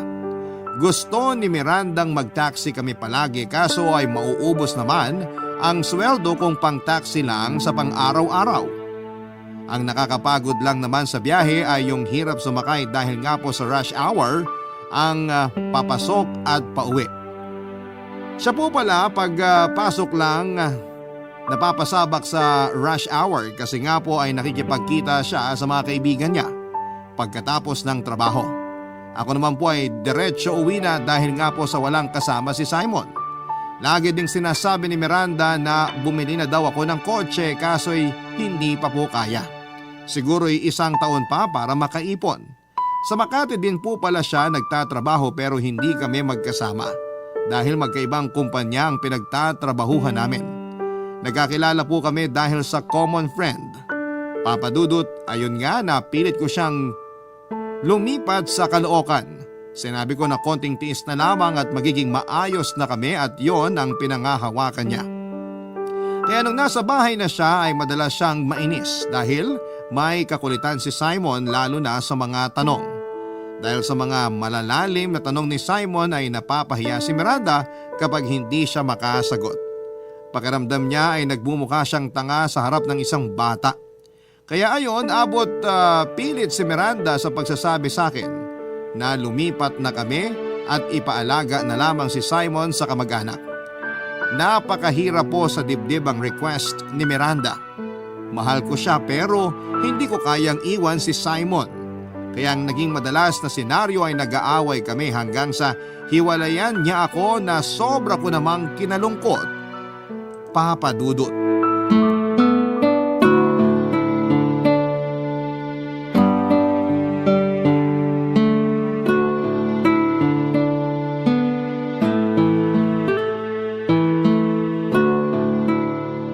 Kuya, okay ka lang? Huwag mo akong intindihin. Nagawa mo na bang assignment mo? Kanina pa po sa school, bago ako ihatid ni Teacher Stephanie, ginawa ko na. Mabuti. Sandali na lang yung kanin, kakain na tayo. Hindi mo pa po sinasagot yung tanong ko. Ano nga bang tanong mo? Kung okay ka lang po ba? Okay lang ako. Wrong answer ka, kuya. Anong wrong answer? Hindi ka po okay. Bakit mo naman nasabi yan? Una po, kanina habang inaayos niyo yung pinto, kala ko may kumakatok ng malakas. Nung makita ko, hinahampas mo po pala, tapos nabagsak niyo pa po pagsara. Pangalawa po, mula pa kanina hindi ko pa nakikita yung ngiti mo. Tapos yung pangatlo, parang wala ka sa sarili mo habang kausap kita ngayon. Huwag mo na lang akong pansinin. Hindi po pwede, kasi kuya kita eh. Pwede yon. Isipin mo na lang muna na hindi mo ako kuya. Ayoko po, ikaw na nga lang po yung natitira sa akin, tapos iisipin ko pa yan. Kuya, okay ka lang po ba? Bakit ka po umiiyak? May nasabi ba akong hindi maganda? Mahal na mahal ka ni kuya ha. Lagi mong tandaan yan. Mahal na mahal din po kita, kuya. Patawarin mo ako sa nasabi ko. Huwag ka nang umiyak, kuya. Sorry. Kuya, nandito lang naman ako lagi eh. Pag may problema ka, pwede mo naman akong kausapin. Oo, O ngayon, kuya, ano bang problema mo? ikaw talaga. Napakagaling mo talagang manghuli. Manghuli po? Wala. Kalimutan mo na yung sinabi ko. O sige po. Pero hindi ko pa po nakakalimutan yung tanong ko. Gusto ko pong sabihin niyo sa akin. Huwag po kayong mahiya. Isipin mo po na ako ang kuya. Parang gano'n na nga eh. Ngayon, bago niyo po sagutin yung tanong ko, gusto ko pong sabihin na sana, sabihin niyo po yung totoo ha. Opo, Okay, anong problema? si Miranda. Si Ate Miranda nga pala, nag-overtime po ba siya? Hindi. Nasaan po siya? Nag-away kami kanina eh. Po? Bakit kuya? Inaway mo ba siya? Hindi. Hindi ko gagawin yun. Ibig pong sabihin siya ang nang-away sa inyo? Ha? Parang ganon. Ganon na nga po, huwag ka na nga pong magpaligoy-ligoy. Wow naman ah. Yung salita mo, paligoy-ligoy. Nasa 40 years old ka na ba? Bakit po? Salita po yun, kaya kahit bata pwedeng gamitin yun. Siyempre, talo na naman ako dyan sa dahilan mo. Okay lang po yan. Sige po, tuloy niyo po yung kwento niyo. Bakit ka po niya inaway? Huwag na siguro natin pag-usapan yung dahilan. Kuya, hindi po natin makikita yung bunga kung hindi natin malalaman ang ugat. Ano? Saan mo ba natututunan yung mga sinasabi mo? Nakalimutan mo na po ba na nag-aaral ako? Tinuturo yan sa eskwelahan? Hindi po. Pero tinuturo po yung pag-iintindi kaya naiintindihan ko po yung mga ibig sabihin ng salita. Oo, edi talo na naman ako sa diskusyon mo. So, kuya, ano nga po yung dahilan? Sige, magiging open ako sa'yo. Sasabihin ko sa'yo, pero huwag ka magagalit kay Ate Miranda mo ha. Bakit naman po ako magagalit sa kanya? Ano nga po ba talaga yung dahilan? Hindi ano. Sino? Sino po? Ikaw. Ako po? Papa Dudut, hindi ako makapagsinungaling sa kapatid ko.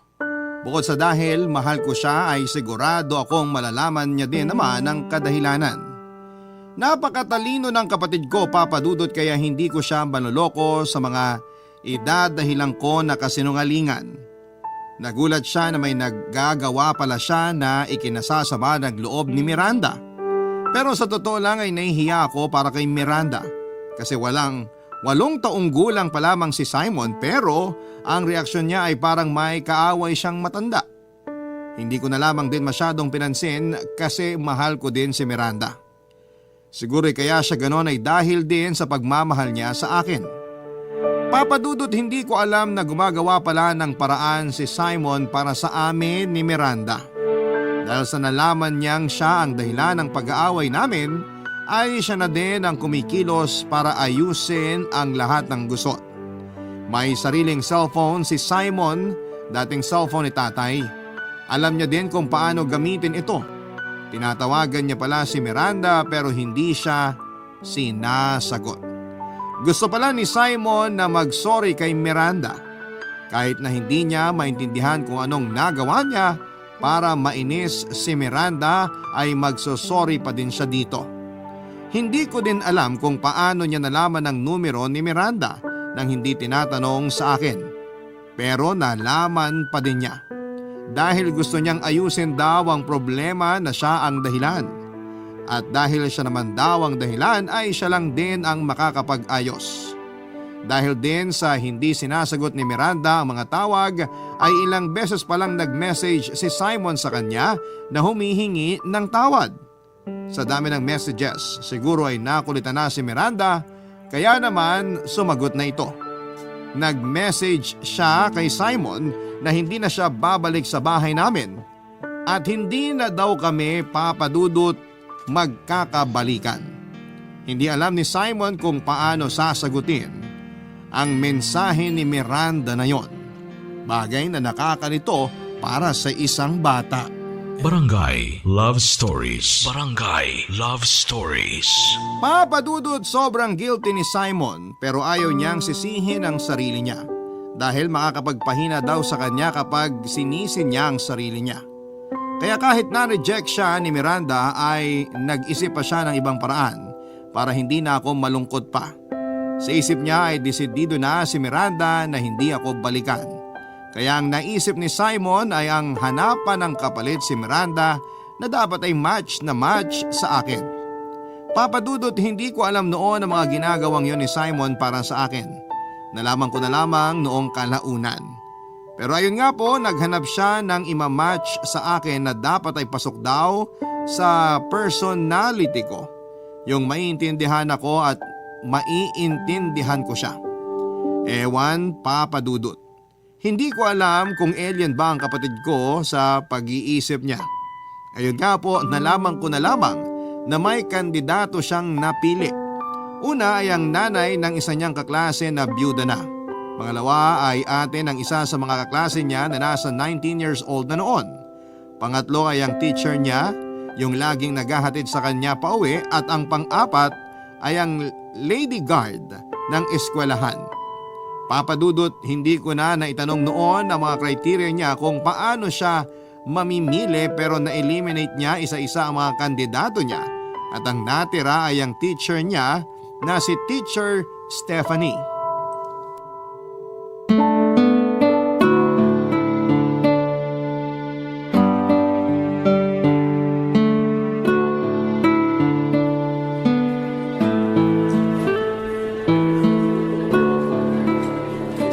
Kumusta ang lesson ngayon? Ang dami mong na-share ha.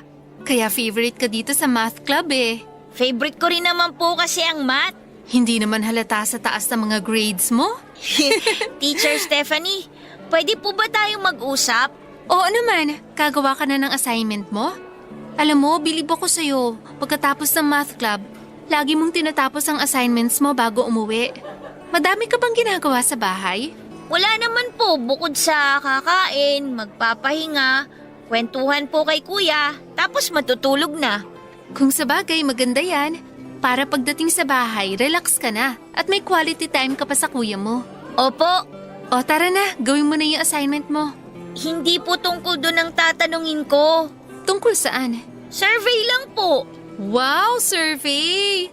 Saan mo narinig ang salitang yan? Dati po nung buhay pa si tatay, may nagpunta po sa bahay. Ang sabi po magsa-survey lang daw.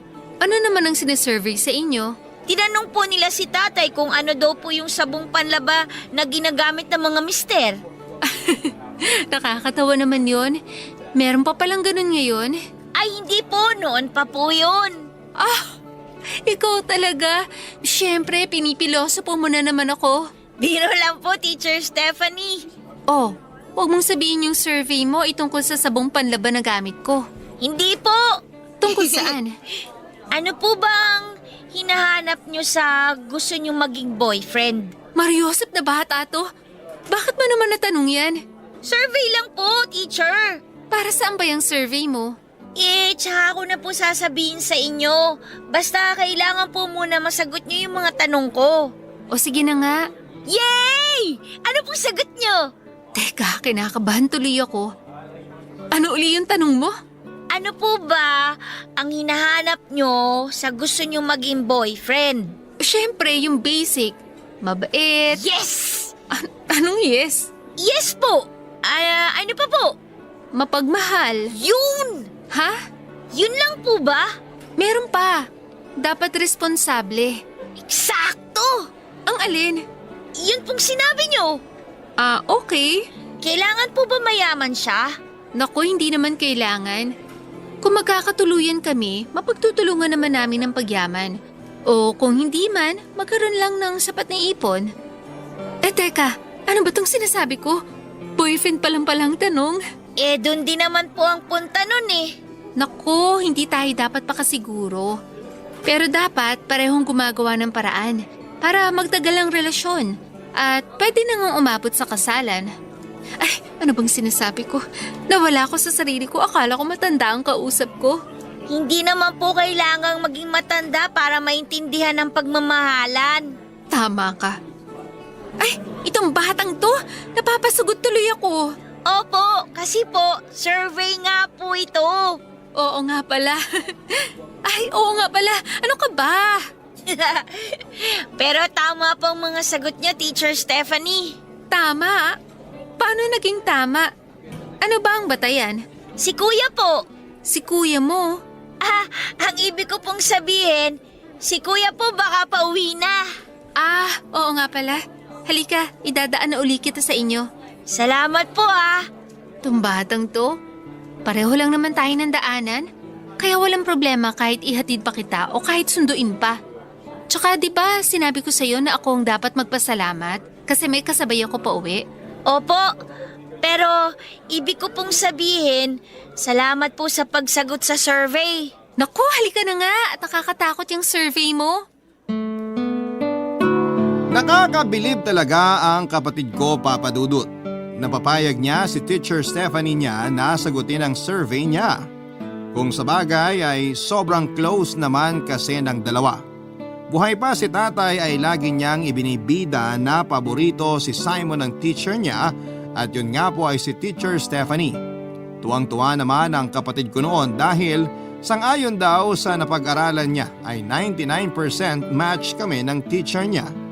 Dahil una ay mabait daw ako at hindi lang mabait kundi sobrang bait. Pangalawa ay mapagmahal at proven na daw po sa akin yon. Kasi mahal ko daw sila ni tatay at minahal ko daw ng sobra dati si Miranda. Pangatlo ay responsable daw ako kasi kahit may girlfriend na daw ako ay hindi ko siya pinabayaan at higit sa lahat ay hindi mayaman. Ako daw po yon. Pero dahil daw sa masipag ako ay aabot naman sa magiging maayos ang buhay ko at ng mapapangasawa ko. Lahat po yun ay naisip ng kapatid ko, Papa Dudut. Hanggang sa isang araw ay sinagawa na ni Simon ang plano niya. Dahil alam niyang maaga kung uuwi noon, ay sinet niya ang araw na yayayain niya si Teacher Stephanie niya. Nung una ay muntik na hindi pumayag si Teacher. Sinabi na lamang ni Simon na gusto niyang ipagyabang si Teacher Stephanie sa kuya niya dahil favorite student siya. Nagdalawang isip ito kung sasama, Papa Dudut.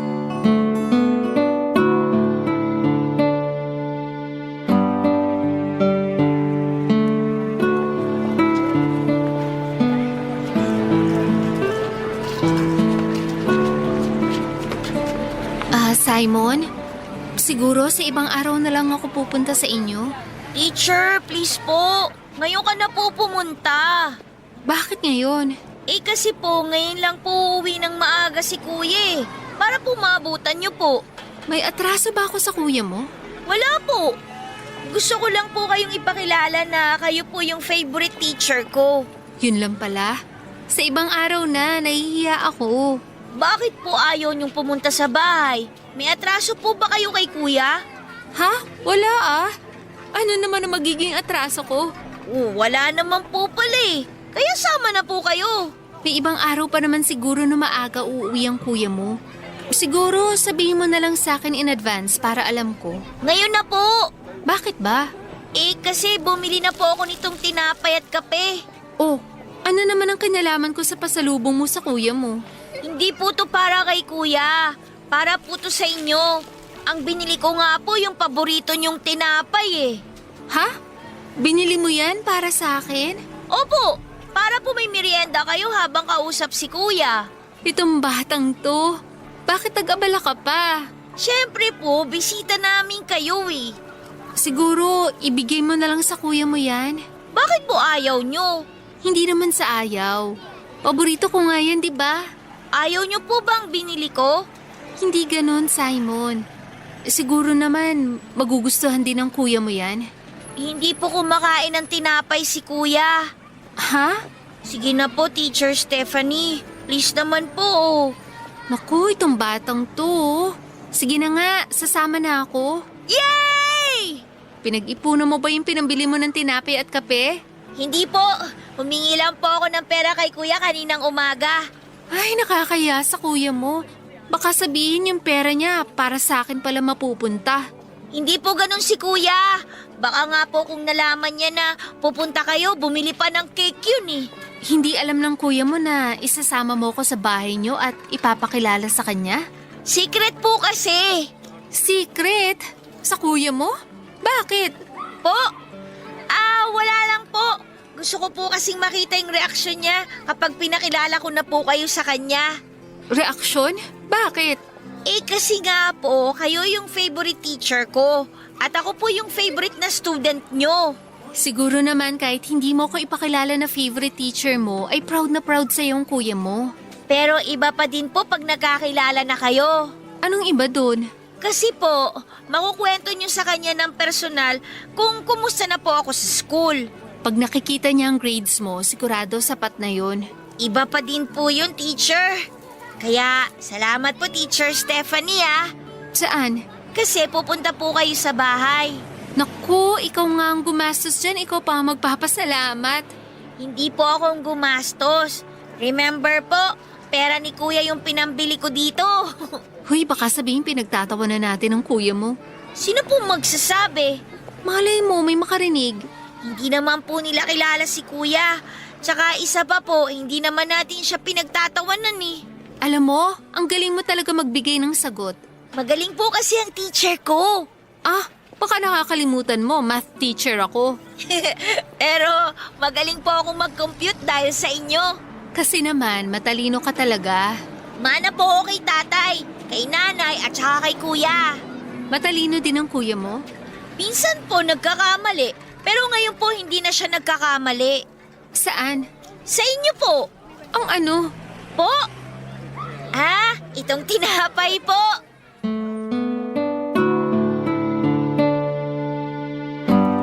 Papadudot na kumbinsi po ni Simon ang teacher niya na magpunta sa amin. Yun palang hinihingi niya na pera na akala ko ay gagamitin niya sa project ay para pala ipambili niya ng tinapay na makakain ng bisita namin na si Teacher Stephanie. Pagkarating sa bahay nila Simon ay hinanap niya agad ako.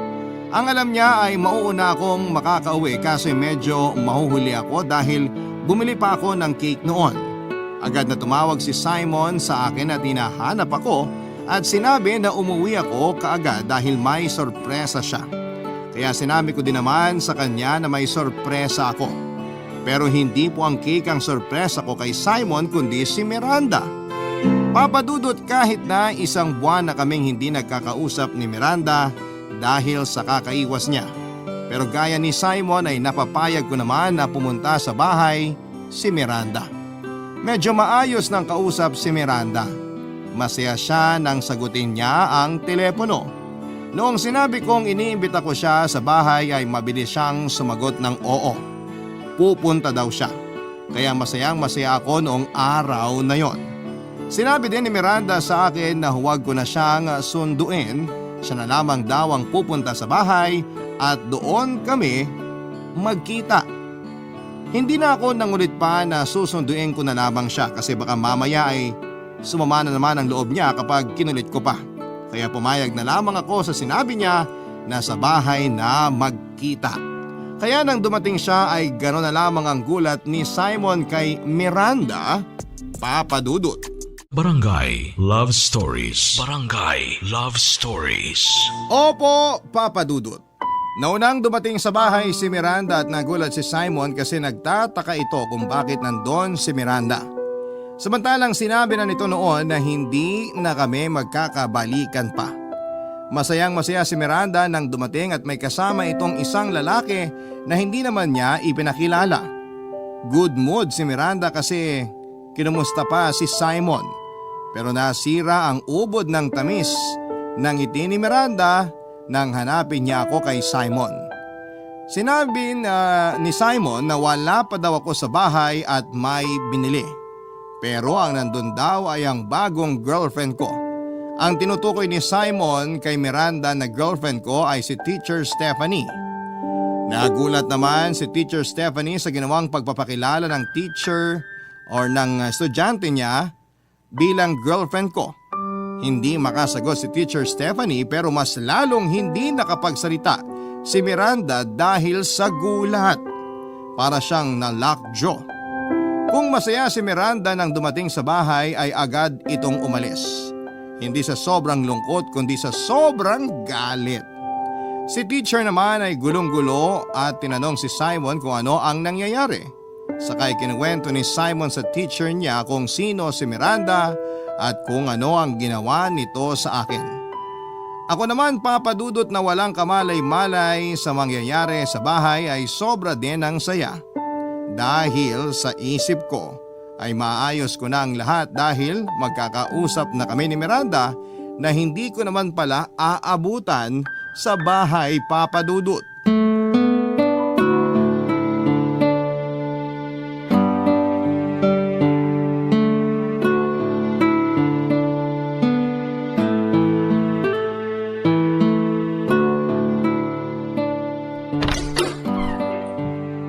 Simon, nandito na ako. Kuya! Kamusta ang araw mo sa school? Okay naman, kuya. Kuya, Si Miranda? Dumating na ba? Teka nga, tatawagan ko. Dumating na siya, kuya. Ah, talaga? Nasaan siya? Nasa kwarto ba? Wala po. Nasaan siya? Umalis na siya, kuya. Ha? Umalis? Opo. Saan daw pupunta? Hindi ko po alam. Walang sinabi? Hindi nagpaalam? Hindi, kuya. Basta na lang po siya umalis eh. Baka babalik. Sandali, tatawagan ko. Kuya, si Teacher Stephanie pala. Ay, good afternoon po. Sorry po, hindi ko kayo napansin. May hinahanap kasi ako eh. Okay lang. Elias po, kapatid ni Simon. Ako si Stephanie. Opo, kilala ko na po kayo. Ha? Bakit? Nako, yung favorite student nyo. Lagi kayong kinukwento. I hope magaganda ang kwento.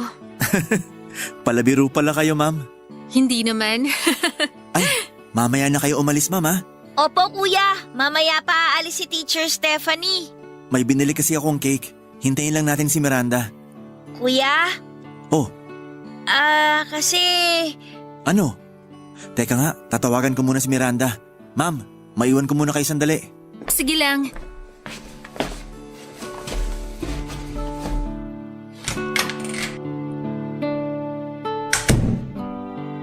Okay ka lang po, ma'am?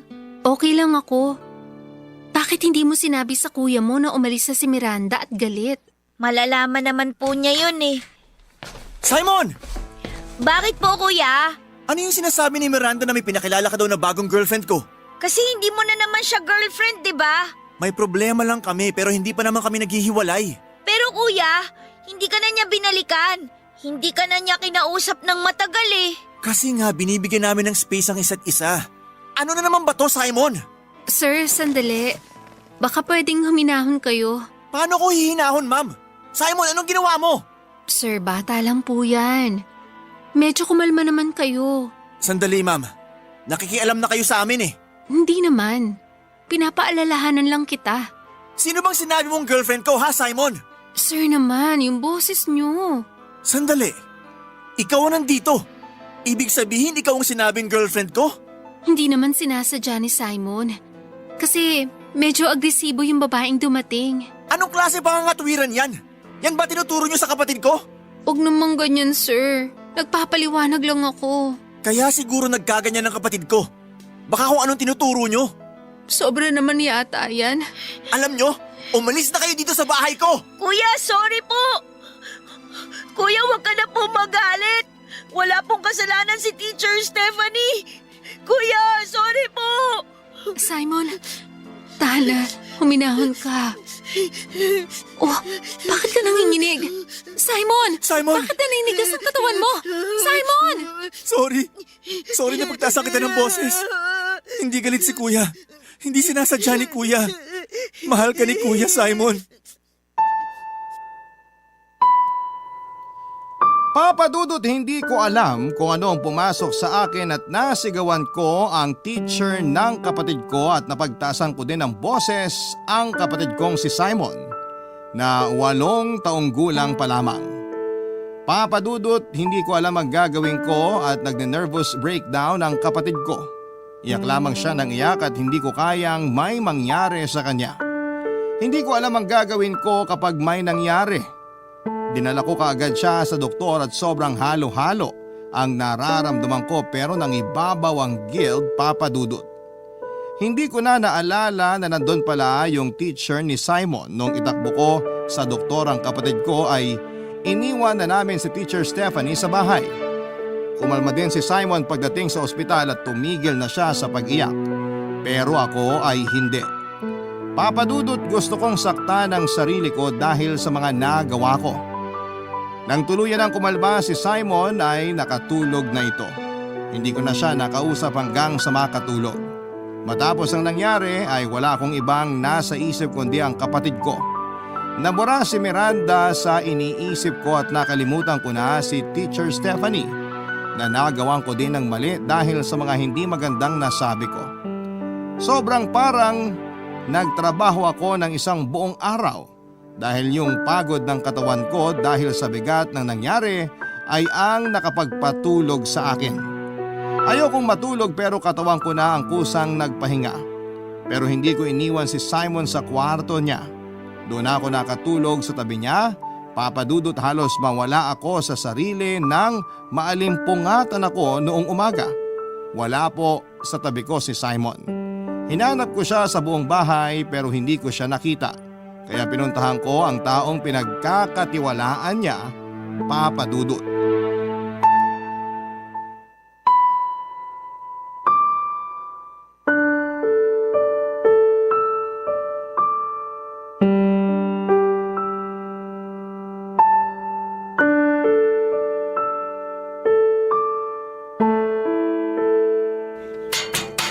Tao po! Teacher Stephanie! Sino yan? Teacher Stephanie, si Elias po. Elias? Kapatid ni Simon? Opo. Kumusta si Simon? Ma'am, tulungan niyo ako. Nawawala si Simon. Ha? Anong ibig mong sabihin? Pagkagising ko kanina, wala na siya sa tabi ko. Ma'am, tulungan niyo ako. Hanapin natin siya sa mga kaklase niya. May nakita akong directory nila ng buong klase nila. Napuntahan ko na lahat ang nakalista doon pero wala siya sa mga kaklase niya. Diyos ko, saan naman pupunta yun? Dun sa may puno sa likod ng eskwelahan. Dun siya palagi nagpupunta, baka nandun siya. Tara, puntahan natin. Sige po, ma'am. Diyos ko, iligtas mo po si Simon. Kasalanan ko to. Lakasan mo ang loob mo. Ang importante ngayon ay mahanap muna natin siya. Sorry, ma'am. Sa mga nasabi ko sa inyo. Kalimutan mo na yon. Si Simon ang isipin natin ngayon. Ano bang ginawa ko? Diyos ko po. Ang kapatid ko. Minahon ka. Simon. Eto na, nasa eskwelahan na tayo. Sana nandito siya. Manong guard, kasama ko siya. Bilisan natin. Ayun! Doon sa likod ng puno na madalas ng pagpahingahan. Tara na doon! Ayun siya! Simon! Simon! Huwag kang tumakbo, kami to! Si Teacher Stephanie to! Simon! Patawarin mo ako. Parang awa mo na. Sige, ilabas mo lahat ng galit mo kay Kuya. Basta patawarin mo ako pag nalabas mo na lahat ng galit mo, ha? Simon, mahal ka naman ng kuya mo. Nabigla lang siya. Hindi naman po ako galit, kuya.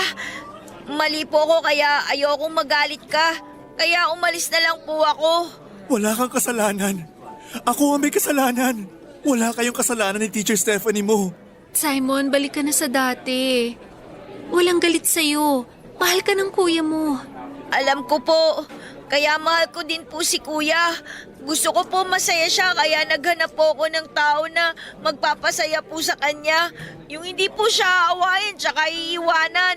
Alam ko yon, Simon. Nabigla lang ako nung makapagtaas ako ng boses. Hindi ko na uulitin yun. Pangako. I love you po kuya. I love you, Simon. Oh, iiyak na naman kayo. Huminahon na nga kayo at masama sa puso yan. Kuya, huwag ka nang umiyak. Basta hindi ka iiyak, hindi din iiyak si kuya. Hindi na po ako iiyak. Sorry po. Huwag kang mag-sorry. Wala kang kasalanan. Kalimutan na natin yon, ha? Sorry po, Teacher Stephanie. Oh, bakit ka nagsusorry sa akin? Dahil po kasi sa akin nadamay po kayo eh. Pwede ko ba namang iwan ang favorite student ko? Siyempre, nandito lang si favorite teacher mo. Salamat po, ma'am. Mabait na bata si Simon. At lagi magiging mabait na bata yan. Di ba, Simon? Opo, teacher. Tara, umuwi na tayo. Sabado ngayon, may mga delegates na magko-conference mamaya dito. Baka maabutan tayo, hindi man lang ako nakapagbihis. Kahit naman po nakapambahay ka po, teacher, maganda ka pa rin po. Talaga ba? Sige, para hindi mabawasan ang ganda ko, mangako ka na hindi mo na uulitin ang umalis ng walang paalam, ha? Hindi na po. Ma'am, sa bahay na kayo mag-almusal. Naku, wag na. Pero depende. Kung nandun pa yung paborito kong tinapay na binili ni Simon. Nandun pa po yun. Pati yung cake. Oh, ano bang hinihintay natin? Tara na! At parating na yung mga delegates. Halika na, Simon. Opo, kuya. Papa Dudut, hindi ko po talaga mapapatawad ang sarili ko kapag may nangyari kay Simon. Pasalamat talaga ako at may taong sobrang concern kay Simon. Kaya may nakatulong ako sa paghahanap sa kanya. Pero kahit natapos yung kabanatang yon, ay sumasaki pa din sa akin ang guilt kapag naiisip ko ang pangit na nagawa ko noong araw na yon. Kung maaari lang natanggalin sa kalendaryo ang araw na yon para lamang wala nang alaalang bumabalik sa akin. Papadudot na gawa ko ang sigawan ng kapatid ko at ang teacher niya dahil kay Miranda.